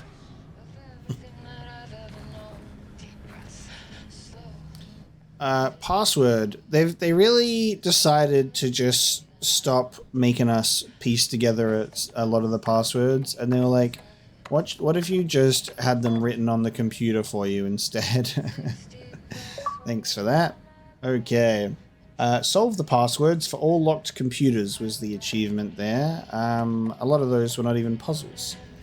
Letter from Darling, archived. Diana, I just received a letter from Darling about a request you made to bring in live subjects. What were you thinking? Do you know how that looks? What did he say? Was it approved? No, he refused. You know how protocol does not allow this sort of thing, and he says he'll be making a trip to the Lakehouse to check in on us soon, like we're children. This is very bad for our reputation, Diana. Please, if you have an idea like this, come to me first. Diana, considering the details on the new page we have found, I believe we need to abandon the research into Alan Wake's writing. We must not endanger our staff. Don't pretend like you aren't worried about them, Jules. You're just looking out for your own ass. The fact that the pages are detailing future events means they are the correct method. We have to learn how to harness their power and dictate events to meet our goals, not wakes, whatever those may be. The ATDs are producing better and better results. We just need to keep doing the work. No, Diana. I'm looking at the page right now. Constant imbalance, out of control, a crack in the Lakehouse. If we continue with this research, we will lose our facility. Perhaps more than that. What is the point in succeeding if we're dead? I am the head of research here, and I forbid you from proceeding. You can't forbid anything. You're not going to keep me from the most important work of my life. If you're too much of a coward to keep pushing ahead, then I'll finish what we set out to do here alone. We have plenty of ongoing lines of research. I suggest you pick one and leave Wake's writing to me. You always needed me more than I needed you. An official complaint. Hello, Dr. Marmont. I received your formal complaint about Jules's behavior. You claim he is maliciously keeping research material away from your team, but he says they have simply been misplaced. I understand you're frustrated, but I recommend giving his team a week or so to find the pages and return them to your team. If the issue persists at that point, then let's discuss your desire to escalate the issue. Does that sound agreeable? Of course, we had Jules tell Harry to say that, but the abandoned project stuff, which is archived, is a very interesting conversation indeed. Because is it that method of abandon this, do not pursue it, so he can be the one to achieve his goals, but then there's also a genuine concern that comes across. Regardless, they both made some pretty crucial mistakes here.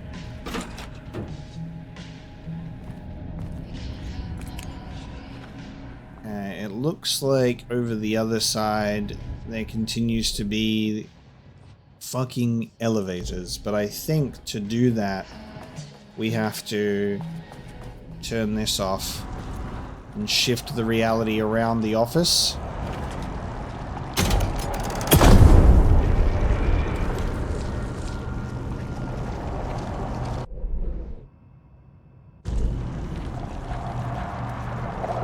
Yeah, there we go. That bastard is hiding them. All those years, he steals credit for my ideas and my work, and now he's scared of being plagiarized? Oh, that is really fucking rich, Jules. Oh, and he's reportedly misplaced the manuscript pages I need for my work. Suddenly, the exact pages that I need to reference have just vanished. He is actively impeding critical bureau research. I mean, if he can do that, then what is stopping me from going down to that lab? And I don't know, just inverting the amplifiers or misaligning the receivers or both. It's the same thing in principle.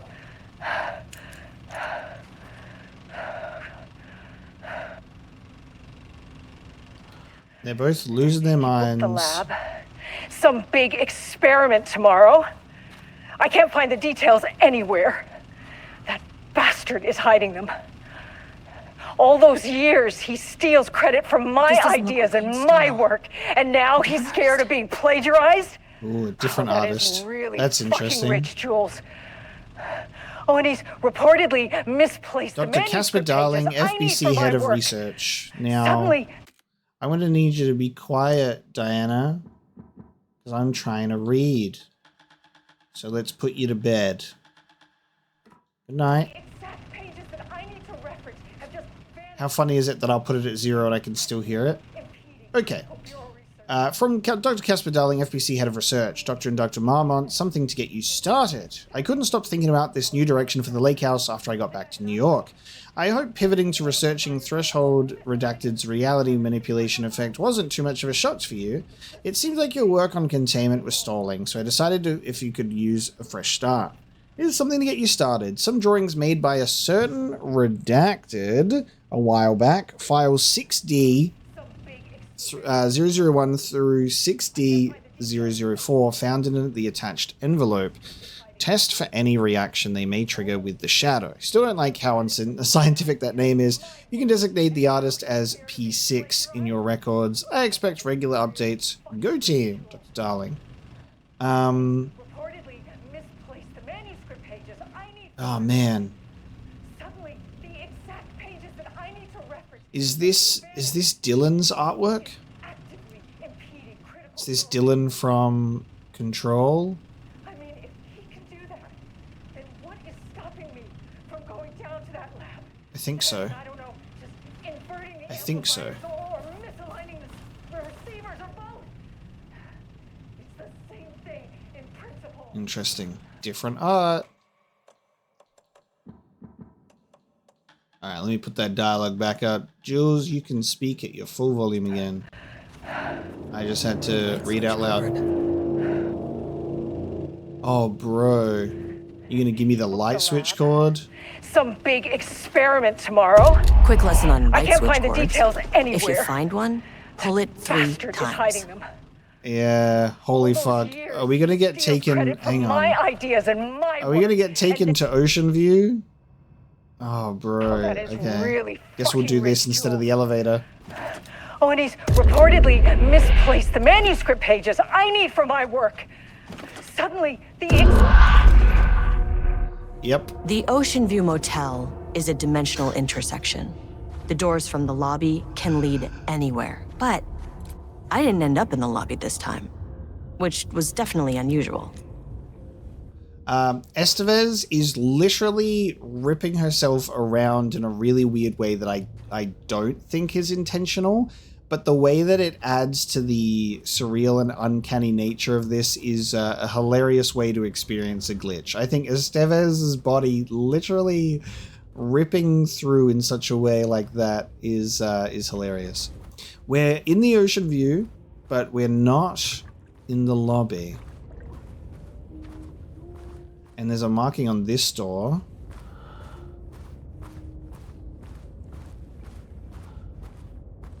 Okay.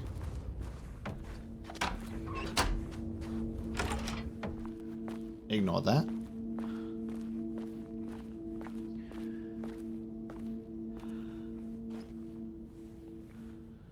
The oldest house, FPC directors. We just... Even though the oldest house is currently in lockdown, did we... Panopticon? Yeah. But the Panopticon is at headquarters. Yeah.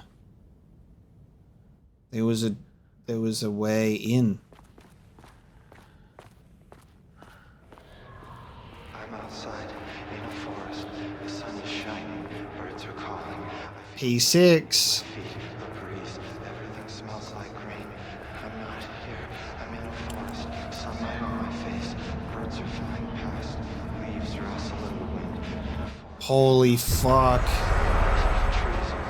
Holy shit, it is.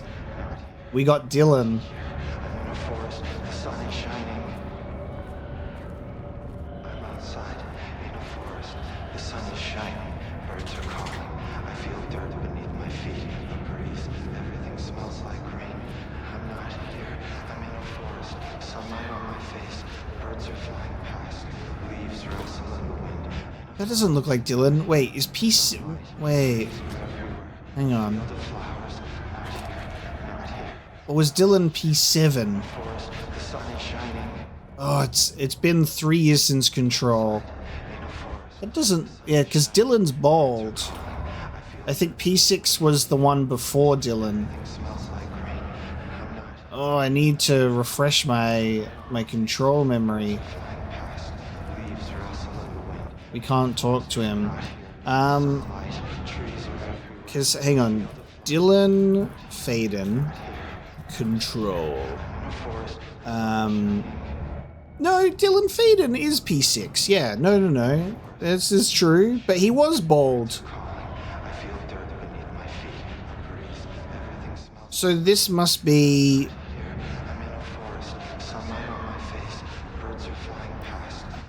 We've entered younger Dylan when he was like, I guess, still being experimented on.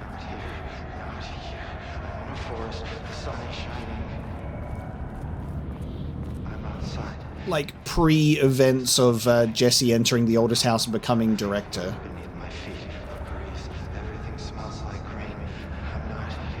Okay, yeah, I did get it right. I was like, I was doubting myself because I'm like, that doesn't look like Dylan because I'm pretty sure Dylan was bald. But it's giving us a nice little reference to it.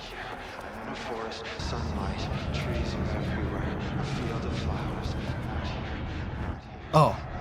Why does that dialogue... That's fucking crazy. You have to get, like, right up to this for that dialogue to even pop up. Hang on a sec. Oh, that's so weird. Okay, this feels like it's a little bit glitched, because There's no way that, like... There we go. That dialogue just was not popping up for me. I'm Agent Kieran Estevez, Federal Bureau of Control. Identify yourself.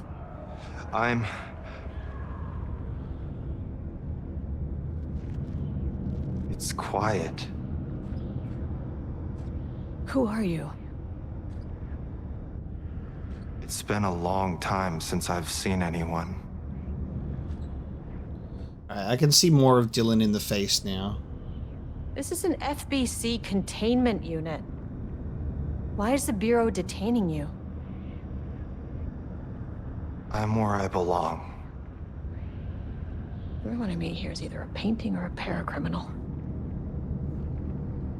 There's a sign over there for the Panopticon. The Panopticon's only in New York, in HQ. Is this the oldest house? I think that's where I am. So you are inside the oldest house. Is anyone else alive? I can't. It's a waste of time. Hey, this is important. FBC headquarters went dark 4 years ago. What exactly happened in there? We were attacked.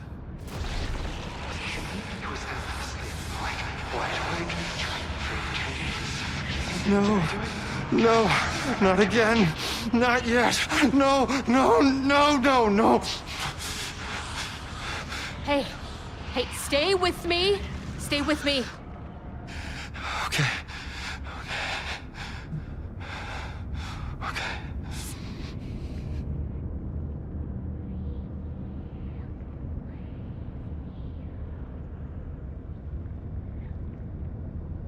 So this is after... I was like, are we talking to younger Dylan? Because he had hair and maybe he was shaved later? The hair has now grown back because I guess he was... oh, dialogue finally pops up. I guess he was being regularly shaved when he was in confinement, but then like post Jesse taking over and like having that encounter. But he's still in a cell. I can't make sense of it right now. I guess his hair has been allowed to grow back. This is confirmation that the oldest house, HQ, has been dark for 4 years since the events of Control. Like, it's still in that cutoff from the rest of the world. Everyone's still kind of clueless. God, I can't wait for Control 2 to give us the continuation of the weird shit that's been going on. What attacked the oldest house? I need to know. Something's changing. Outside. Can you feel it?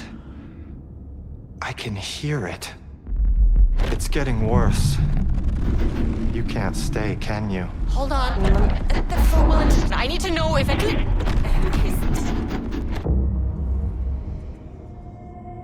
Tell Jesse I tried. I really did.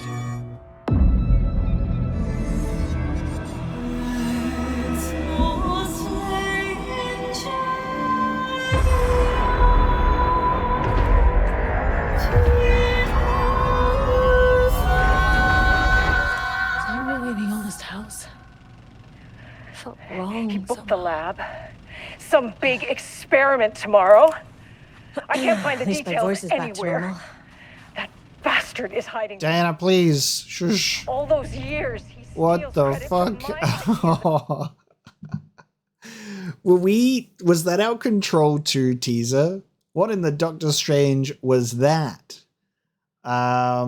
It's changing outside. Are we going to have something happen with the oldest house where all of the thresholds and dimensions and all this stuff, it just goes outside and the world gets all fucked up as a result? Or New York, at least. That felt like a Control 2 teaser, am I right? And that's something I mentioned, is I love that Control had an Alan Wake expansion, AWE, and then we got Alan Wake 2. And then Alan Wake 2's second DLC, The Lakehouse, brings us right back around to Control to prepare us for Control 2. And that is a fantastic weave of these different games with different gameplay, different play styles, but the narrative has this loose connective tissue in a way that just feels so right and fitting, and that's so enjoyable. So, Ocean View took us to like a leak in the oldest house, And now he's scared. a little dimensional slice where we got to interact with P6, Dylan, and I was doubting myself for a second there. Tell Jesse I tried.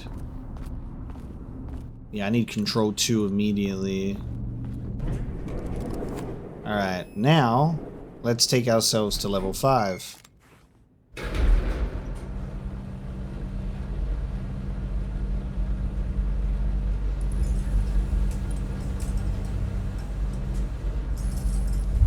The color was pure! The fire made them see!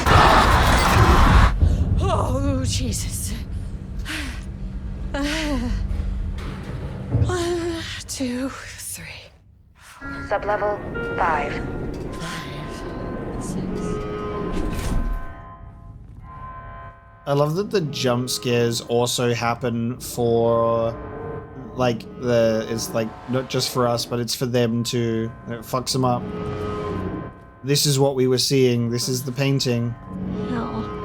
This is the self-portrait. This is the source of it all.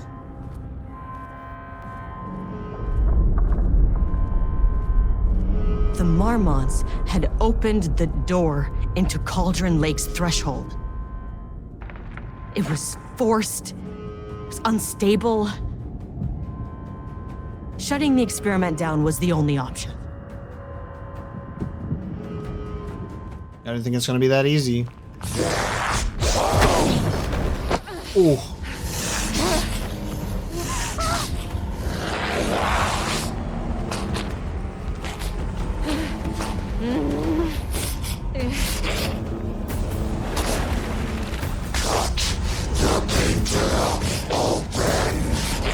Is it both of them? That's Diana?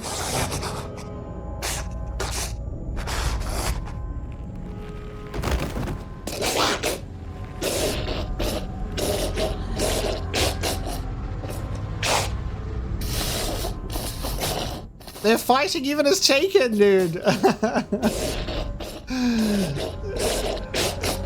Even in death, as shadows, they fucking fight.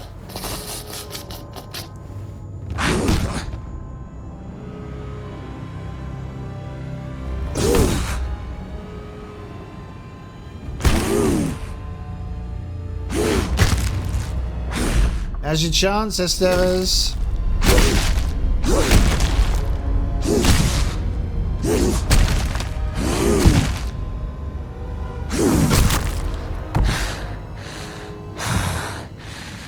Nice chunk of black rock to do the job.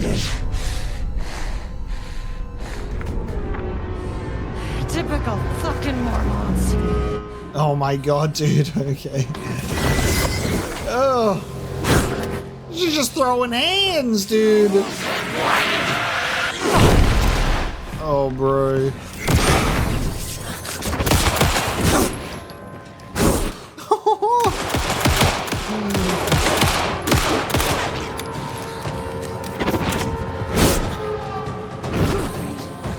You want this? Wait, you didn't even care! What? She did not even care about a black rock grenade. I'm dead. I'm dead! I died, and the final words I get to hear is a series of graphs. Get out of here. Jesus Christ. Okay, but wait.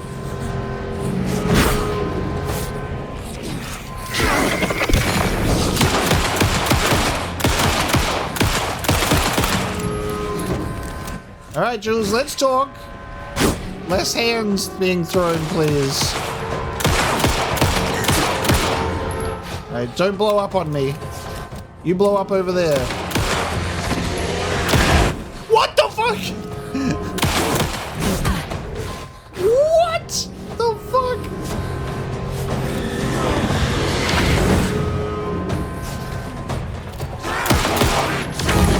Wait, what?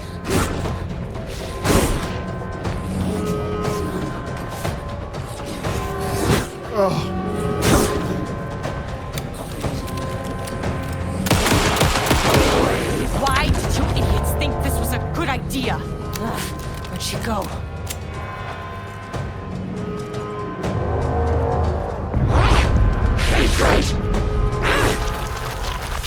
Oh! I didn't... Okay. Get down from there, will you? Like I needed more problems. No!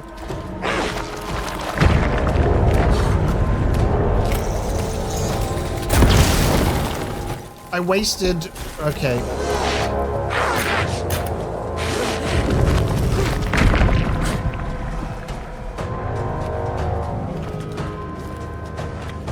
To run around like a fucking headless chicken.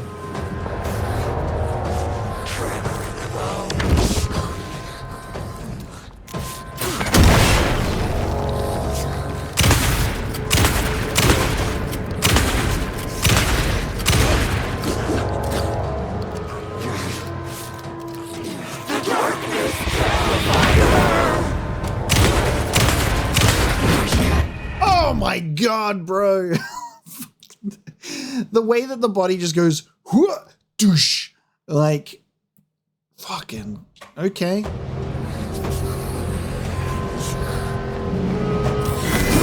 Oh.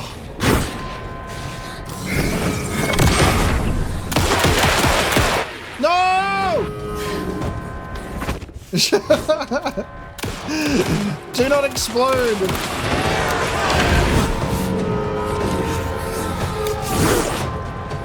Hurry up and reload already, I'm mashing the reload button.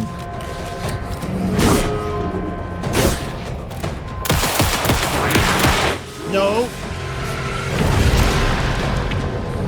Where'd you go? Oh!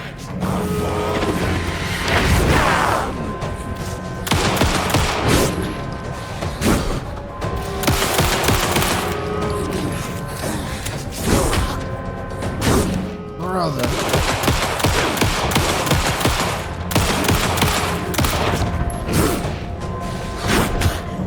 But they took damage! Why did you idiots think this was a good idea?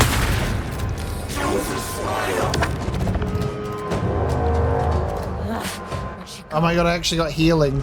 Holy fuck. I got gifted with healing.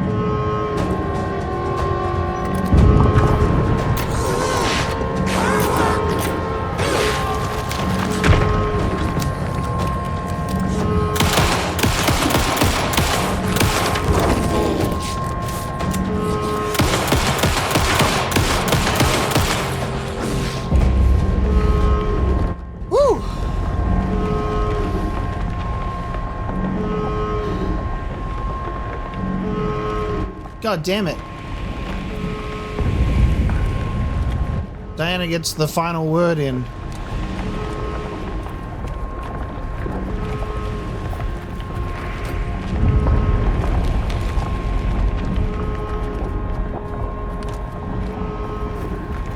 Give me that. Just in case some more bullshit happens.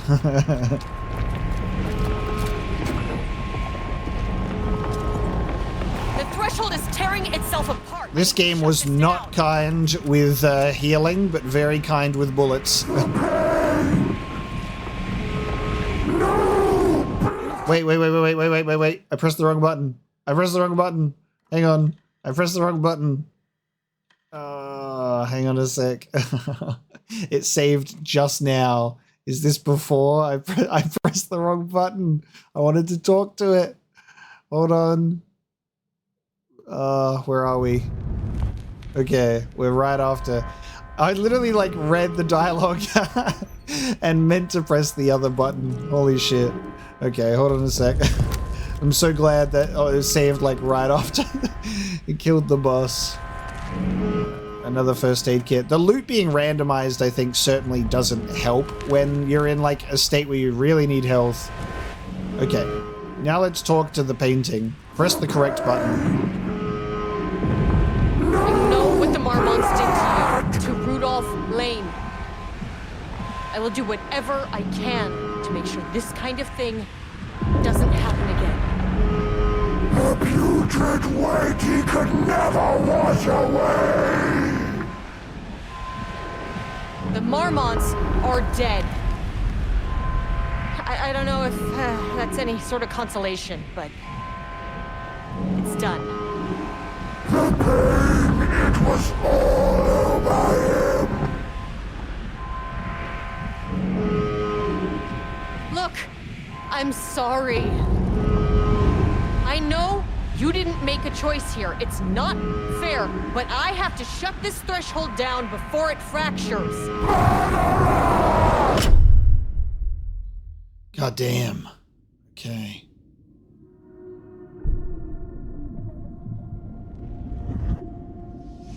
So interesting to think about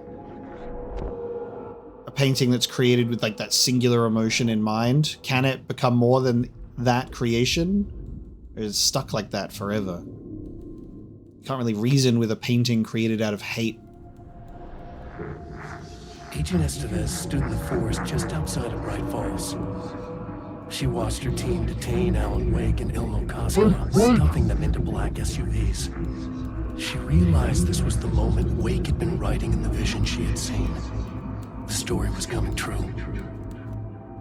She pushed the thought out of her head. It had been a good tip, a way to find Wake. Nothing more. Alan Wake!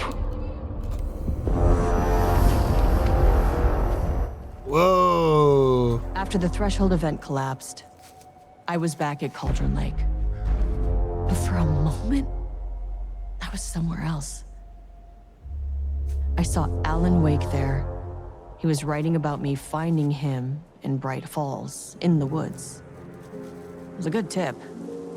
I called the surviving members of my team, and I told them to meet me there. You know, these cases, they never get less ambiguous or easier. But this one, this was tough. Because protocol says entities like the Taken are monsters, threats. But the Marmonts were monsters way before the Shadow got to them. So at the end of the day, what's the difference?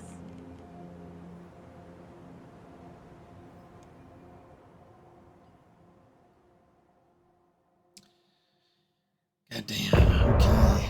End of chapter. It's like a Control 2 tease with P6 and Dylan stuff, and then an Alan Wake 2 or Alan Wake 3 continuation, you know? The tease for more of Alan Wake as well. We wrote so many things. And a brand new song to end it out. We're here standing on a precipice. We are ready to take a leap, but that only comes after. For this was the end scene. This was the end of an era. This was the sum of my body of work.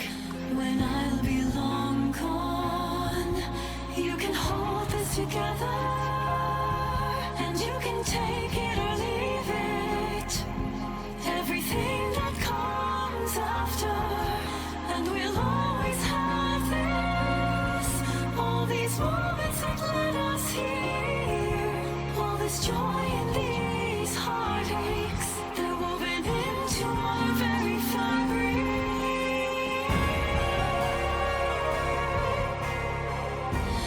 No one can take that away from us. The journey that brought us here.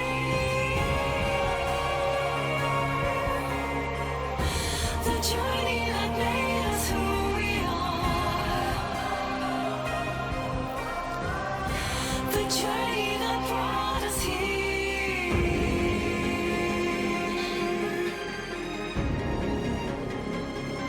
very meta with the lyrics there. The journey that led us to Alan Wake, guys. The end of an era. But we'll always have this.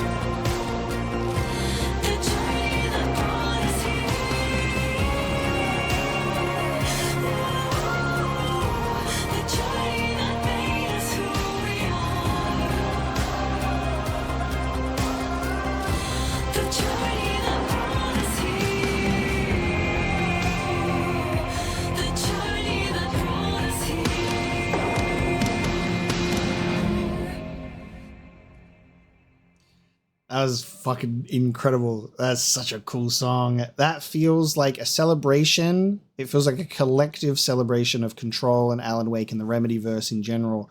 And that if there is a point where there's an end, you know, if they're not able to continue, we can always come back to this and they'll never take this away from us. Deep breaths.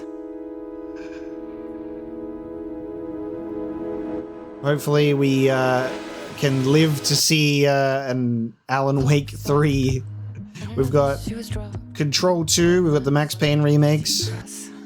But Alan Wake 3, when will that happen? Will it be another decade? Who knows? God. Incredible voice talent here though, as usual. Love that so much. We got 2 nice songs for us in this DLC. And that is truly the end of an era as we now sit and patiently wait for the next gourmet meal that Remedy serves us. But God, this was incredible. I had such a fun time with the Lakehouse DLC, and I hope you did as well. A great Halloween game for us to play to cap off the Halloween spooky month with Agent Estevez and Control 2 teasers and Alan Wake 3 teasers and just an incredible contained story within itself there. The paint monsters? Awful creatures. This is great. The abstract art portraits and the monster painting, that's sick. The actual artist being linked for that as well. That's so much fun. I don't know if we've got anything at the end of the credits for us to look at, but even if not, I had such a great time, and I hope you enjoyed watching the Lakehouse experience. But again, we'll be patiently waiting for more of what Remedy gives us. I guess Max Payne 1 and 2 remakes we could see soon being revealed. I think we've got the multiplayer Control, like Project Firebreak or something, coming next year, as far as I'm aware. So that's something else for us as well. Nothing after, just taken back to the main menu. You almost forget that you're in Alan Wake 2 for a second with the amount of FBC imagery that we were given there. I'm like, oh yeah, we're on the Alan Wake 2 main menu. Brilliant. Had such a fun time. That was great. I intentionally didn't put Alan in the classic suit that we got with this launch because I didn't know if Alan Wake was going to show up. You know what I mean? I didn't know if he'd actually have an appearance. So I was like, I'll keep him in default because what if he shows up and then you're left guessing like which period of time, which era Alan is from, you know, and I was like, I'll take him out of his Where's My Wife fit, and we'll just have him in the default one just in case, but he only showed up for that brief glimpse right at the end. But I had a great time playing. I hope you had a great time watching. Thank you so much for joining me for the final DLC of Alan Wake 2. And now we wait. I reckon I'll play Project Firebreak. I don't know if it'll have an actual story to it, or it'll just be more of that co-op multiplayer focus. We shall see. I assume there'll be a cool narrative going on with that. I'll definitely be playing the Max Payne remakes. Now, on the note of unplayed games from Remedy / Rockstar, I do want to play Max Payne 3, and I will play that soon, as well as Quantum Break. I do want to play that soon as well. I don't have a definitive date on those because the series of games I've been playing has been long, and the exhaustion of smashing out so many games over the Halloween period has definitely grabbed me, but I do have the full intention to play Max Payne 3 and Quantum Break, and that'll be a nice gap filler before our next Remedy content. Thanks so much for joining me today. I'll see you next time.